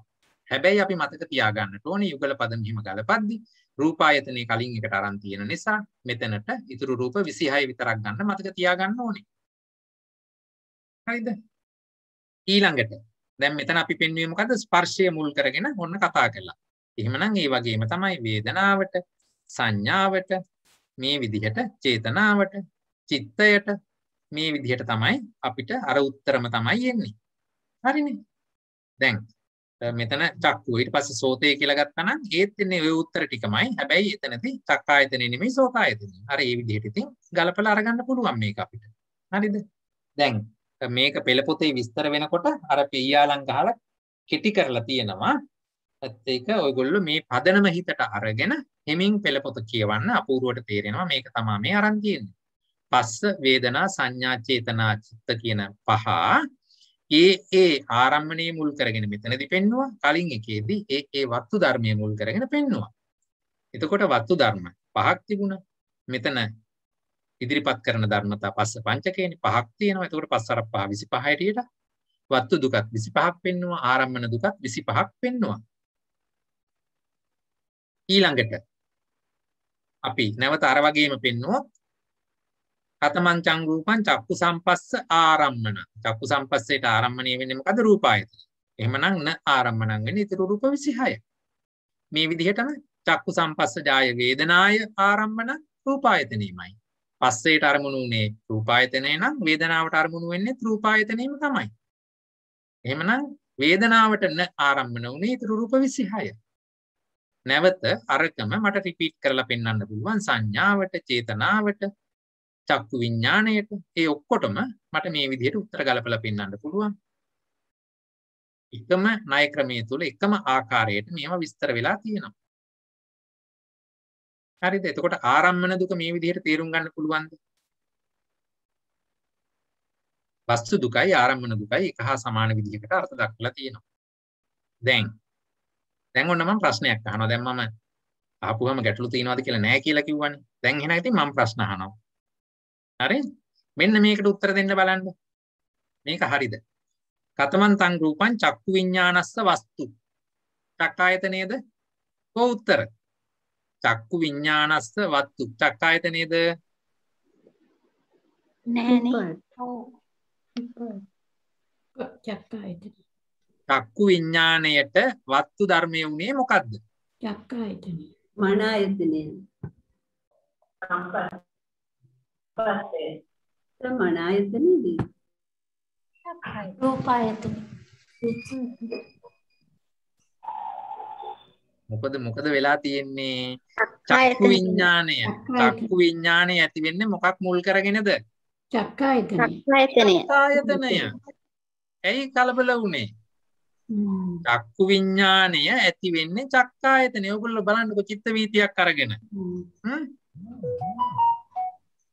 කොහොමද දැන් මේ පහසු තැනක් අරගෙන කොහෙන් හරි බලන්න. තීනද පංචද්වාරා වර්ධන චක්කු විඥාන සම්පටිච්ඡන සම්තීරණ වොත්තපනේන තැන චක්කු විඥානය ඇති උනේ කොහෙද? ඇහි කියලා අපි කිව්වේ. එහෙමනම් චක්කු විඥාණයට වස්තු උනේ ඇහැ. චක්කායතනෙ මේක හරි. හරිද? ඔන්න හරි. දැන් මම තව ප්‍රශ්නයක් අහනවා. කතමන් තං රූපං චක්කු විඥානස්ස ආරම්මන. චක්කු විඥානස්ස ආරම්මන. චක්කු විඥාණයට අරමුණු උනේ මොකද්ද? මේක හරිද? හරි. හරියටම හරි. හරිද? බය වෙන්න එපා. හරියටම හරි. දැන් මම තව ප්‍රශ්නයක් අහනවා. මේකට උත්තර දෙන්න බලන්න. කතමං තං රූපං මනෝවිඤ්ඤාණස්ස වත්තු. උත්තර දෙන්න බලන්න. හදේ වස්තු. හදය වස්තු. හරියට හරි. බොහොම සන්තෝෂයි. මනෝවිඤ්ඤාණත්ත වස්තු හදය වස්තු. හරිද? එහෙමනම් නවත්තු මොනවද? කීයද? දැන් හදේ රූපේ ගත්ත නිසා මම ඉතුරු රූප 27යි කියලා ගන්නවා. හරිද? ඔන්න දැන් ඔයගොල්ලෝ උත්තර දුන්නා මනෝවිඤ්ඤාණත්ත වස්තු කියන එකට හදේ රූපය කියලා. දැන් මම ප්‍රශ්නයක් අහනවා. මේ කිව්ව උත්තරේ අරූපයට ගැලපෙනවද? අරූප භවයට මේක ගැලපෙනවද? නෑ. ගැලපෙන්නේ නැහැ. අරූපයේ රූප නැහැ. එහෙමනම් මේ කියන උත්තරේ ගැලපෙන්නේ නැහැ අරූපයට. හරිද? හරි. කොහොම තියන්නකෝක. මම තව ප්‍රශ්නයක් අහනවා. කතමං තං රූපං මනෝවිඤ්ඤානස්ස ආරම්මනං. ඒකටත් උත්තර දෙන්න බලන්න. ඔක්කොම ආරම්භන ටික. මොනවාද? ආරම්භන ටික. ඔක්කොම ආරම්භන. සබ්බේ ධම්මා මනෝවිඤ්ඤානස්ස. එහෙමනම් අපිට එතෙන්ට එකයි කියලා ගලපන්න පුළුවන්ද? න ආරම්මණං කියලා ගලපන්න පුළුවන්ද? බෑ. එහෙම ගලපන්න බෑ. හරිද? එහෙම ගලපන්න බැරි නම් මෙහෙම ගැලපීමක් යෙදෙන්නේ හදේ රූපය ගත්තොත් නේද? ඔව්. දැන් එහෙනම් තේරෙනවද? ඇයි ධම්මසංගණිය හදේ රූපය ගත්තේ නැත්තේ කියලා? තේරුණා. වෙන්න මේ වස්තු දුක ආරම්මන දුක කියන ඒ වගේ ඒකට අපි හරියටම කිව්වොත් කියන්නේ මොකද්ද වචනේ? විසදෘශ භාවය ඇතිවන නිසා. ඉසි වෙලාවක බුද්ධ දේශනාව භින්න ගතික නොවිය යුතුයි කියලානේ කියන්නේ. භින්න ගතික බෙදිච්ච ගතියක් වෙන්න බෑ. එක තැනක එකයි තව තැනක තව එකයි වෙන්න බෑනේ. මේ දේශනාව ස්වාක්ඛාතෝ භගවතා ධම්මා. ස්වාක්ඛාතයි. හරිද? එහෙමනම් කිසි වෙලාවක දුරක්ඛාත වෙන්න බෑනේ.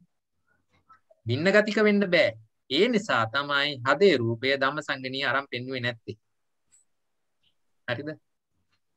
මං කලින් වතාවක් පොරොන්දු වුණා මේක මං හරියට කියලා දෙන්නම් මේ රූප කාණ්ඩේ කරද්දි කියලා. හරි? ඔන්න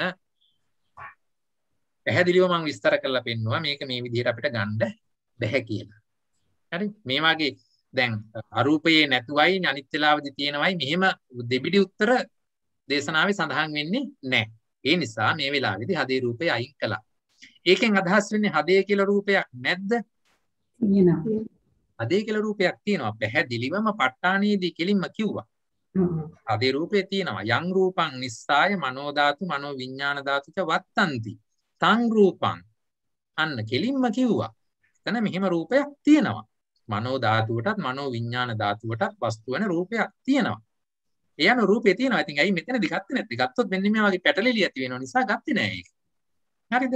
ඒ දාගෙන දැන් එතකොට ඒක තේරුම් ගන්නට ඕනේ. ඊළඟට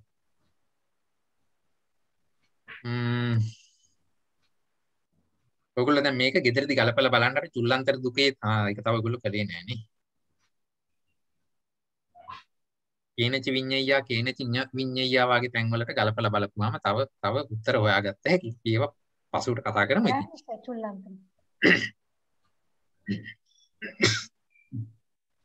ඊළඟට ඒ තත්ත්වය එතකොට උන දැන් හරි. ඊළඟට හදේ කියන එක රූපයක් ලෙස ධම්මසංගණීය නොගැනීමට මේක ප්‍රධාන හේතුවක් හැටියට ඉදිරිපත් වෙලා තියෙනවා.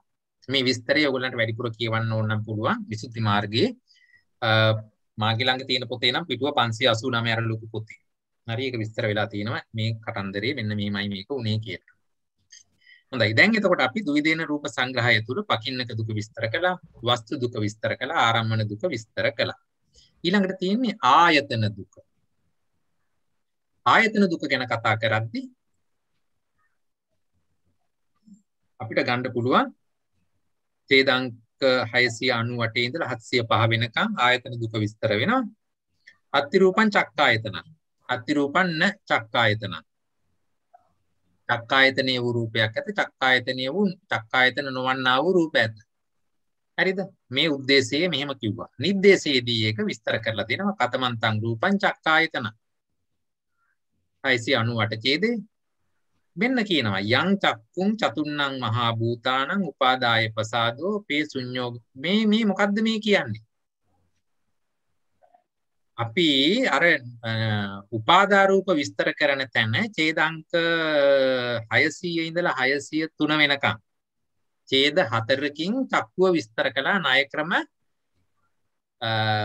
වාර 17 10යි 11යි 12යි වාර 13යි එකට 4 ගානේ 52යි නේද? 2යි.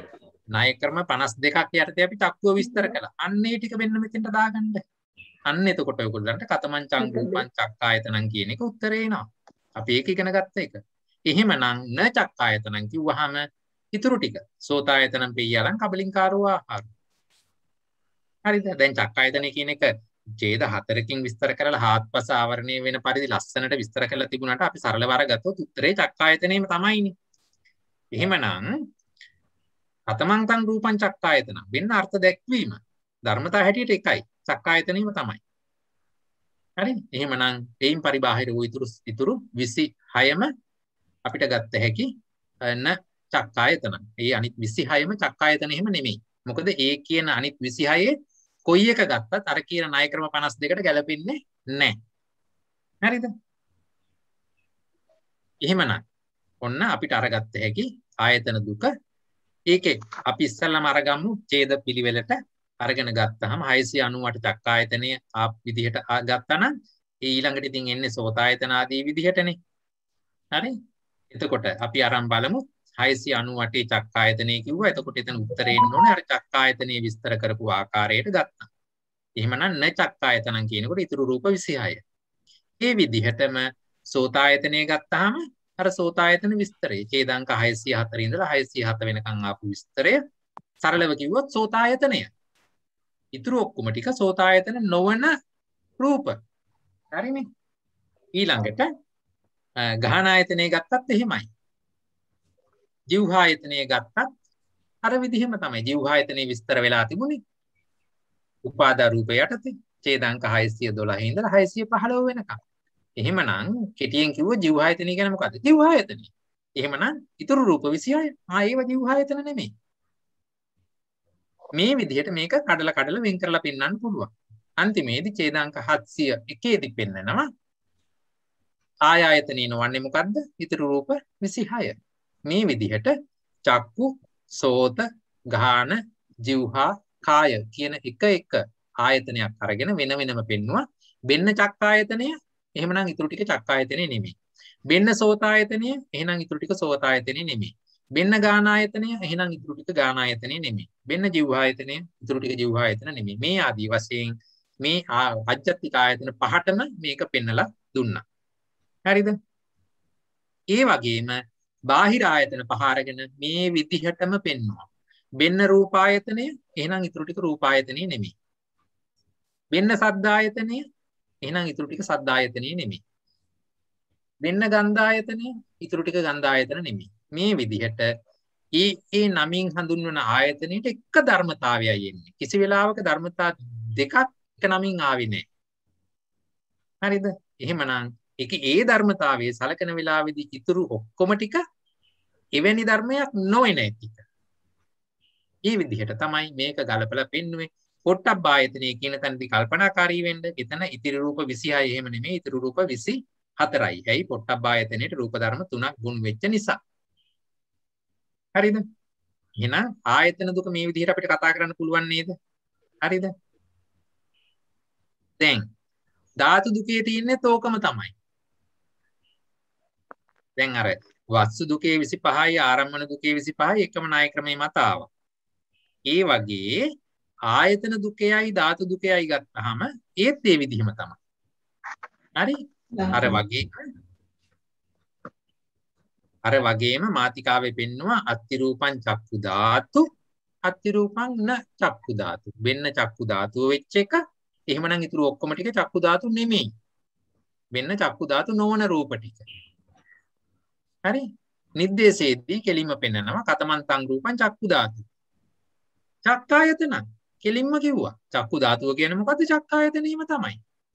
එහෙමනම් ඊටු ඔක්කොම ටික න චක්කු ධාතු. හරිනේ?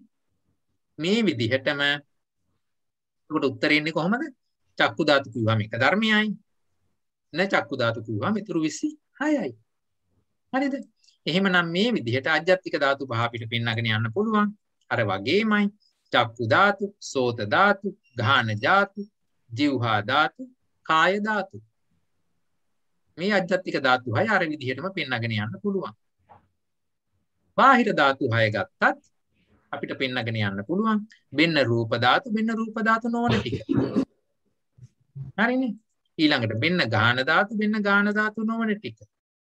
මේ විදිහට අපූර්වට පෙන්නගෙන යන්න පුළුවන්. පොට්ටබ්බ ධාතුවේදී පොට්ටබ්බ ධාතුවට 3යි, පොට්ටබ්බ ධාතුවට එහෙනම් 24යි. ඔබ තමයි විභාගයට වරද්දන්න ඉදිරිපත් කරන ප්‍රශ්න. හොඳ ඒවා හරියට මතක තියාගන්න.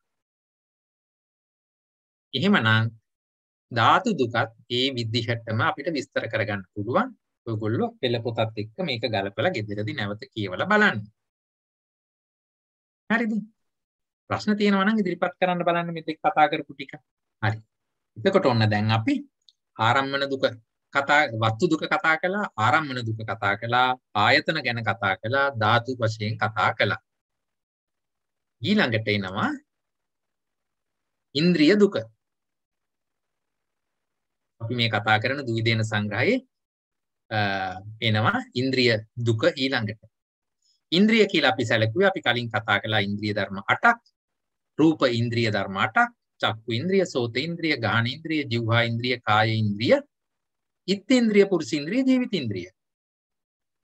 ඉන්ද්‍රිය කියලා කියන්නේ මොනවද?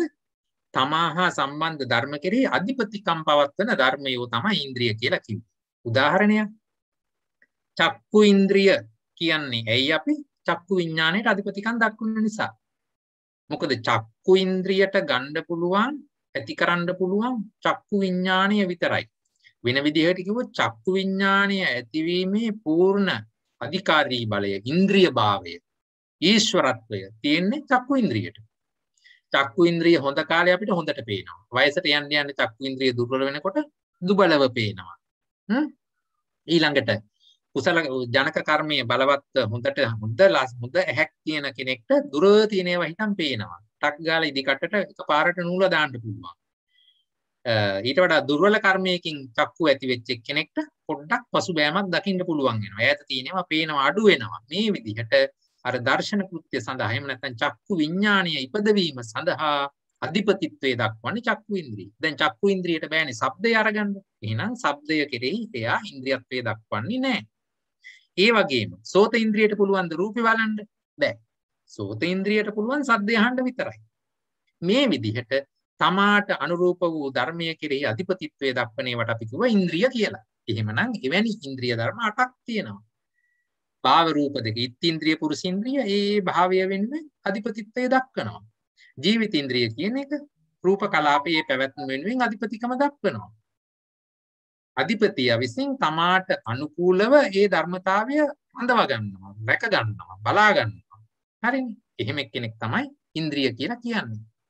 එහෙමනම් මේ කියන ඉන්ද්‍රිය 6 එක කොහොමද මේ ද්විදේන සංග්‍රහයේ රූප අපි කතා කරන්නේ? අර වගේමයි. අත්ති රූපං චක්කු ඉන්ද්‍රියං. අත්ති රූපං න චක්කු ඉන්ද්‍රියං. චක්කු ඉන්ද්‍රිය වූ රූපයක් ඇත. චක්කු ඉන්ද්‍රිය නොවන රූප ඇත. එහෙමනම් චක්කු ඉන්ද්‍රිය වෙන රූප මොකද්ද? චක්කායතනෙ. චක්කු ඉන්ද්‍රිය නොවන රූප මොනවද? ඉතිරි ඔක්කොම ටික. දැන් අපි ආයතන වශයෙන් පෙන්නවා, ධාතු වශයෙන් පෙන්නවා, දැන් ඉන්ද්‍රිය වශයෙන් උත් නැවත පෙන්නනවා. අර කතන්දරේම. හරිද? එහෙමනම් එතනදිත් උත්තරේ එන්නේ චක්කු ඉන්ද්‍රිය වෙන්නේ මොකද්ද? එක ධර්මයයි. චක්කායතනෙ. චක්කු ඉන්ද්‍රිය නොවෙන්නේ මොනවද? ඊතුරු ධර්ම 26 මේ විදිහට කලපන්න පුළුවන්. එතකොට ඒකත් ප්‍රසාද ඉන්ද්‍රිය පහ සඳහා කෙලින්ම අපි කතා කරනවා. චක්කු ඉන්ද්‍රිය වෙන්න චක්කායතනෙ. එහෙනම් න චක්කු ඉන්ද්‍රිය ඊතුරු ටික. සෝත ඉන්ද්‍රිය ගැන ගත්තොත් සෝත ඉන්ද්‍රියටත් ඒ කටන්දරේමයි. සෝත ඉන්ද්‍රිය හැටියට එකයි ඉදිරිපත් වෙන්නේ. ඊතුරු රූප 26 මෙතකොට අනිත් පැත්තට ගොනු වෙලා න සෝත ඉන්ද්‍රිය කියලා පෙන්නවා. ගාහන ඉන්ද්‍රියෙදිත් එහෙමයි. හරිද? ගාන ඉන්ද්‍රියේදී ගාන ආයතනය ගාන ඉන්ද්‍රිය බවට පත් වෙනවා. එහෙනම් ඉතුරු රූප 26ම න ගාන ඉන්ද්‍රිය වෙනවා. එතකොට දැන් ගාන ඉන්ද්‍රිය කතා කරනකොට චක්කායතනෙ කොහෙද තියෙන්නේ? න ගාන ඉන්ද්‍රිය ගොඩේ නේද? මේ එතකොට ගාන ඉන්ද්‍රියයි මේකයි රූප 27යි. ඒකෙන් ගාන ඉන්ද්‍රිය මොකද්ද උනේ? ගාන ඉන්ද්‍රිය කියලා ගත්තේ මොකද්ද? ගාන ආයතනය. එහෙමනම් එයින් පරිබාහිර අනිත් 26ම න ගාන ඉන්ද්‍රියන්. එහෙනම් ඒ න ගාන ඉන්ද්‍රියන් තුල චක්කායතනයක් තියෙනව නේද? ඇයි චක්කායතනයේ ගඳ සුවඳ බලන්න බෑනේ. එහෙනම් එයා න ගාන ඉන්ද්‍රියක්. හරි? ඒ විදිහට මේ ධර්ම බෙදන්න පුරුදු වෙන්න. එතකොට චක්කු සෝත ගාන ඊට පස්සේ જીවහා ඉන්ද්‍රියත් එහෙමයි කාය ඉන්ද්‍රියත් ඒ විදිහටම තමයි එන්නේ. හරිද? ඊළඟට එතකොට දැන් චක්කු සෝත ගාන જીවහා කාය කියන ඉන්ද්‍රිය පහයි විදිහට කතා කළා. එතකොට තව ඉන්ද්‍රිය ධර්ම තුනක් ඉතුරුනා නේද? ඒ ඉන්ද්‍රිය ධර්ම තුනත් අපිට මේ විදිහටම තමයි එන්නේ. ඉත්ත්‍ින්ද්‍රිය මොකක්ද අධිපතිකම දක්වන්නේ? ඉත්ත්‍ින්ද්‍රිය රූපය වෙනුවෙන් අධිපතිකම දක්වනවා. එහෙනම් ඉතුරු රූප 26ම න ඉත්ත්‍ින්ද්‍රිය රූපය. හරිනේ. පුරුෂින්ද්‍රිය ගැන කතා කළත් එහෙමයි. ජීවිතින්ද්‍රිය ගැන කතා කළත් ඒ විදිහම තමයි. හරිනේ. දැන් ඉත්ත්‍ින්ද්‍රිය කියන එකේ අර්ථ දැක්වීම හරියට කතා කරනවා නම් කොහොමද පෙළ පොතේ තියෙනවා ඒකට විස්තරය දීලා. හරි පුරුෂින්ද්‍රිය කතා කරනවා නම් පෙළ පොතේ විස්තර දුන්න අපිට මොනවාද උපාදා රූප කතා කරද්දී අපි ඒවා එක එකක් ගැන වෙනම කතා කළා. මෙතනත් ඒවා දීලා තියෙනවා. ඉතින් ඔයගොල්ලෝ පෙළ පොත කියවලා ඒ අර්ථ දැක්වීම ඕනම් බලන්න. උපාදායට දෙයක් කරපු අර්ථ දැක්වීමයි මෙතන කරන අර්ථ දැක්වීමයි එක සමානද කියලා බලන්න. හරි තේයාලං ක්‍රමයෙන් සමහර විට කෙටි කරලා ඇති. නමුත් එකම ධර්මතා විස්තරයක් හැමතැනම විස්තර දීලා තියෙනවා. මේ විදිහට ඉන්ද්‍රිය ධර්ම ගැන කතා කරගෙන එනවා. ඊළඟට අවසාන වශයෙන් එනවා සුකුම රූප 12. එයි දැන් අපිට ඕලාරික රූප ටික වෙනම අරගත්තා. ඊළඟට ඉන්ද්‍රිය දුක්ඛ කියලා වෙනම ධර්මතා ටිකක් ගියා. එතකොට ඉතුරු වුණා තව රූප 12ක්. ඒවා පොදුවේ අරගත්තා සුකුම රූප දුක්ඛ කියලා. ඒ සුකුම රූප දුක වලට එහෙනම් ඉතුරු ටික අඩංගු වෙනවා මේ විදිහට. කලින් කතා නොකරපු රූප ටික. මොනවද? විඤ්ඤාති රූප දෙකයි. ආකාශ ධාතුවයි. ආපෝ ධාතුවයි. ලහුතා මුදුතා කම්මඤ්ඤතා කියන විකාර රූප 3යි. උපචේ සම්තති ජරතා අනිච්චතා කියන ලක්ෂණ රූප 4යි. කබලින්කාර ආහාරයයි. මේ කියන රූප 12ක් සුකුම රූප හැටියට එනවා. දැන් එතකොට කෙනෙක් අහයි සර් අනිත් තැන්වල අපි කතා කළේ සුකුම රූප 16ක් මෙතන කොහොමද 12 වුනේ කියලා.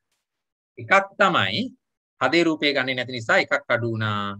භාව රූප දෙකයි ජීවිතින්ද්‍රියයි කලින් කතා කරපු නිසා ඒ තුන ගත්තෙත් නැහැ. එතකොට ඒ තුනයි භාව රූප දෙකයි ජීවිතින්ද්‍රියයි 3යි. හදේ රූපයයි 4යි. හරි. රූප ධර්ම 4ක් අයින් වෙච්ච නිසා මෙතනදී සුකුම රූප 12යි ආවේ. හරිනේ.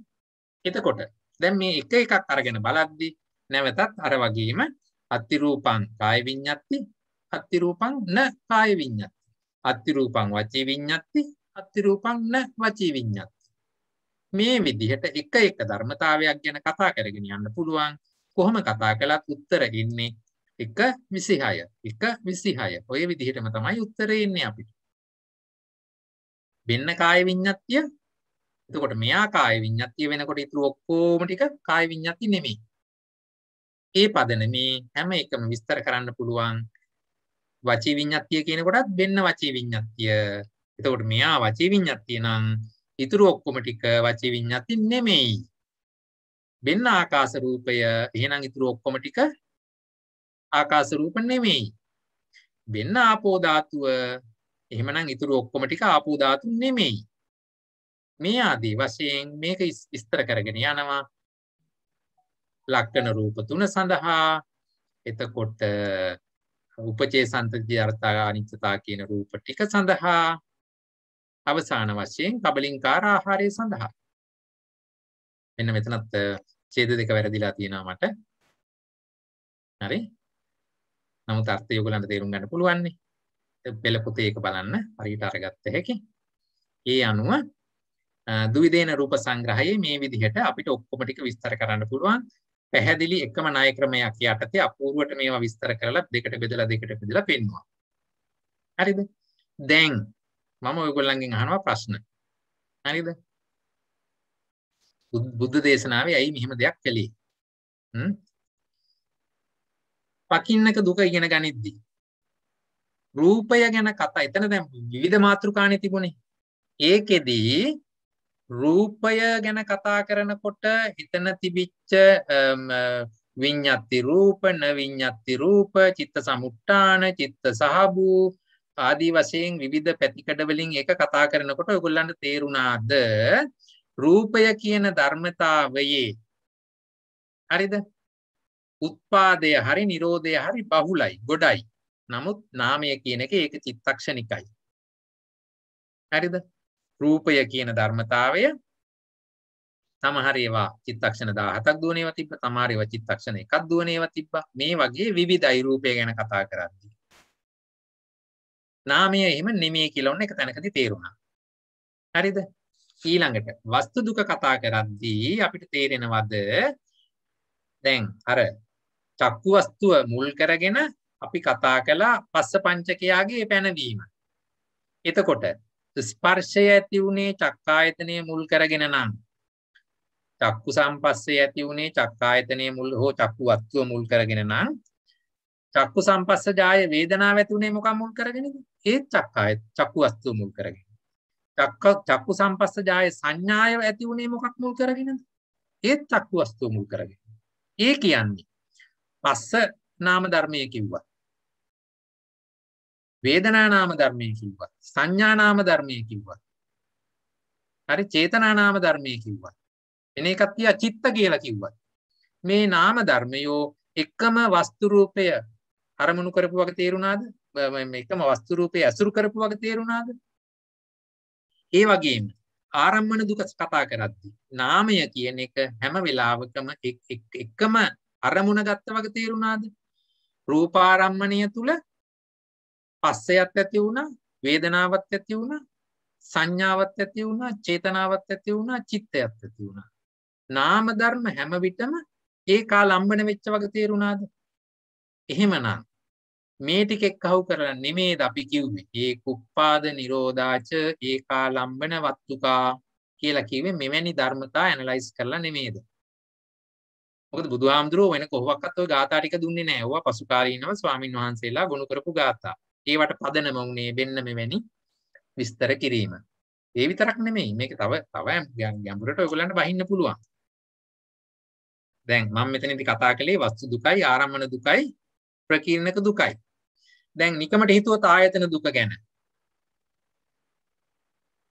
නාම රූප සඳහා කොහොමද අජ්ජත්තික ආයතන, බාහිර ආයතන වල කෘත්‍ය වෙන්නේ කොහොමද කියලා හොඳට ඔයගොල්ලෝ ආපහු කියවලා බලන්න. ධාතු දුක සඳහා එතනත් ධාතු දුකත් 10ක් තිබුණා. ඒ 10ේදී අරමුණු ග්‍රහණයේ තියෙන නිස්සත්තු නිච්චීව බව උදුරා දක්වන්න බැරිද කියලා පෙන්වන්න. ඉන්ද්‍රිය දුක අරගෙන බලන්න.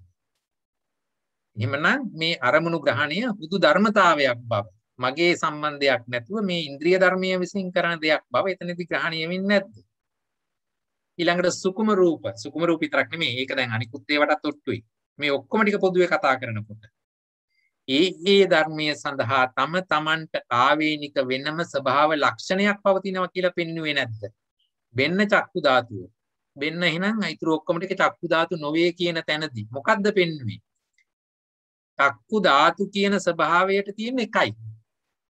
එහෙමනම් මේ කියන ධර්මය Tamanට ආවේනික වූ එක් ලක්ෂණයක් පෙන්눔 කරගෙන ඉන්නවා. බහු ලක්ෂණ නැහැ. හරි? ආකාශ රූපය කිව්වනම් වෙන්න ආකාශ රූපය ඒතකොට ඊටු ඔක්කොම ටික ආකාශ රූප නෙමෙයි. එහෙමනම් මේ එක එක ධර්මයට තම තමන් සඳහා වූ ආවේනික ලක්ෂණය පවතිනවා කියලා දැක්කේ නැද්ද? හරි? එහෙමනම් තමන්ට ආවේනික ලක්ෂණයක් පවතිනවා කියලා කියන්නේ මොකද්ද? මේක පරමාර්ථ ධර්මයක්. හරි? මෙන්න මේ විදිහට මේ කියන ධර්මතා ගැඹුරින් තේරුම් ගන්න.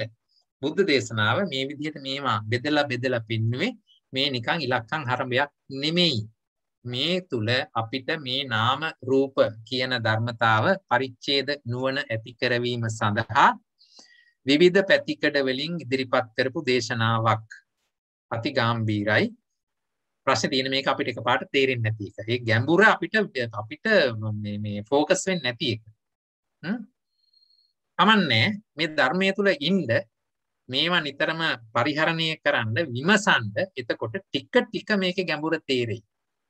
හරි? එහෙමනම් ද්විදේන සංග්‍රහය මම මෙතකින් අවසන් කරනවා. අපි ලබන සතියේ ත්‍රිවිධේන සංග්‍රහය පටන් ගනිමු. මෙතෙක් විස්තර කරපු දේ ඔයගොල්ලෝ පැහැදිලි මම ටිකක් ඉක්මනට ආවා. ඔයගොල්ලෝ පැහැදිලිව ගෙදරදී නැවත මේ වීඩියෝ එක බලමින් නැවත වතාවක් සම්මර්ෂණය කරන්නකම ඕනේ. ඒ කරන ගමන් මම මේ අන්තිමට කිව්ව කාරණා ටික මගේ පෞද්ගලික මතයක් මත මම කිව්වේ මේවා කොහොමවත් ලියවිලා නැහැ. මේවට සාධාරණයි නොවේද කියලා ගැඹුරින් හිතලා බලමින් මේක නැවත අධ්‍යයනයක් කරන්න මම මඟ පෙන්වුවා විතරයි. එහෙමනම් අද දවසේ පාඩම මෙතනින් સમાપ્ત කරනවා. ප්‍රශ්න තියෙනවා නම් ඉදිරිපත් කරන්න.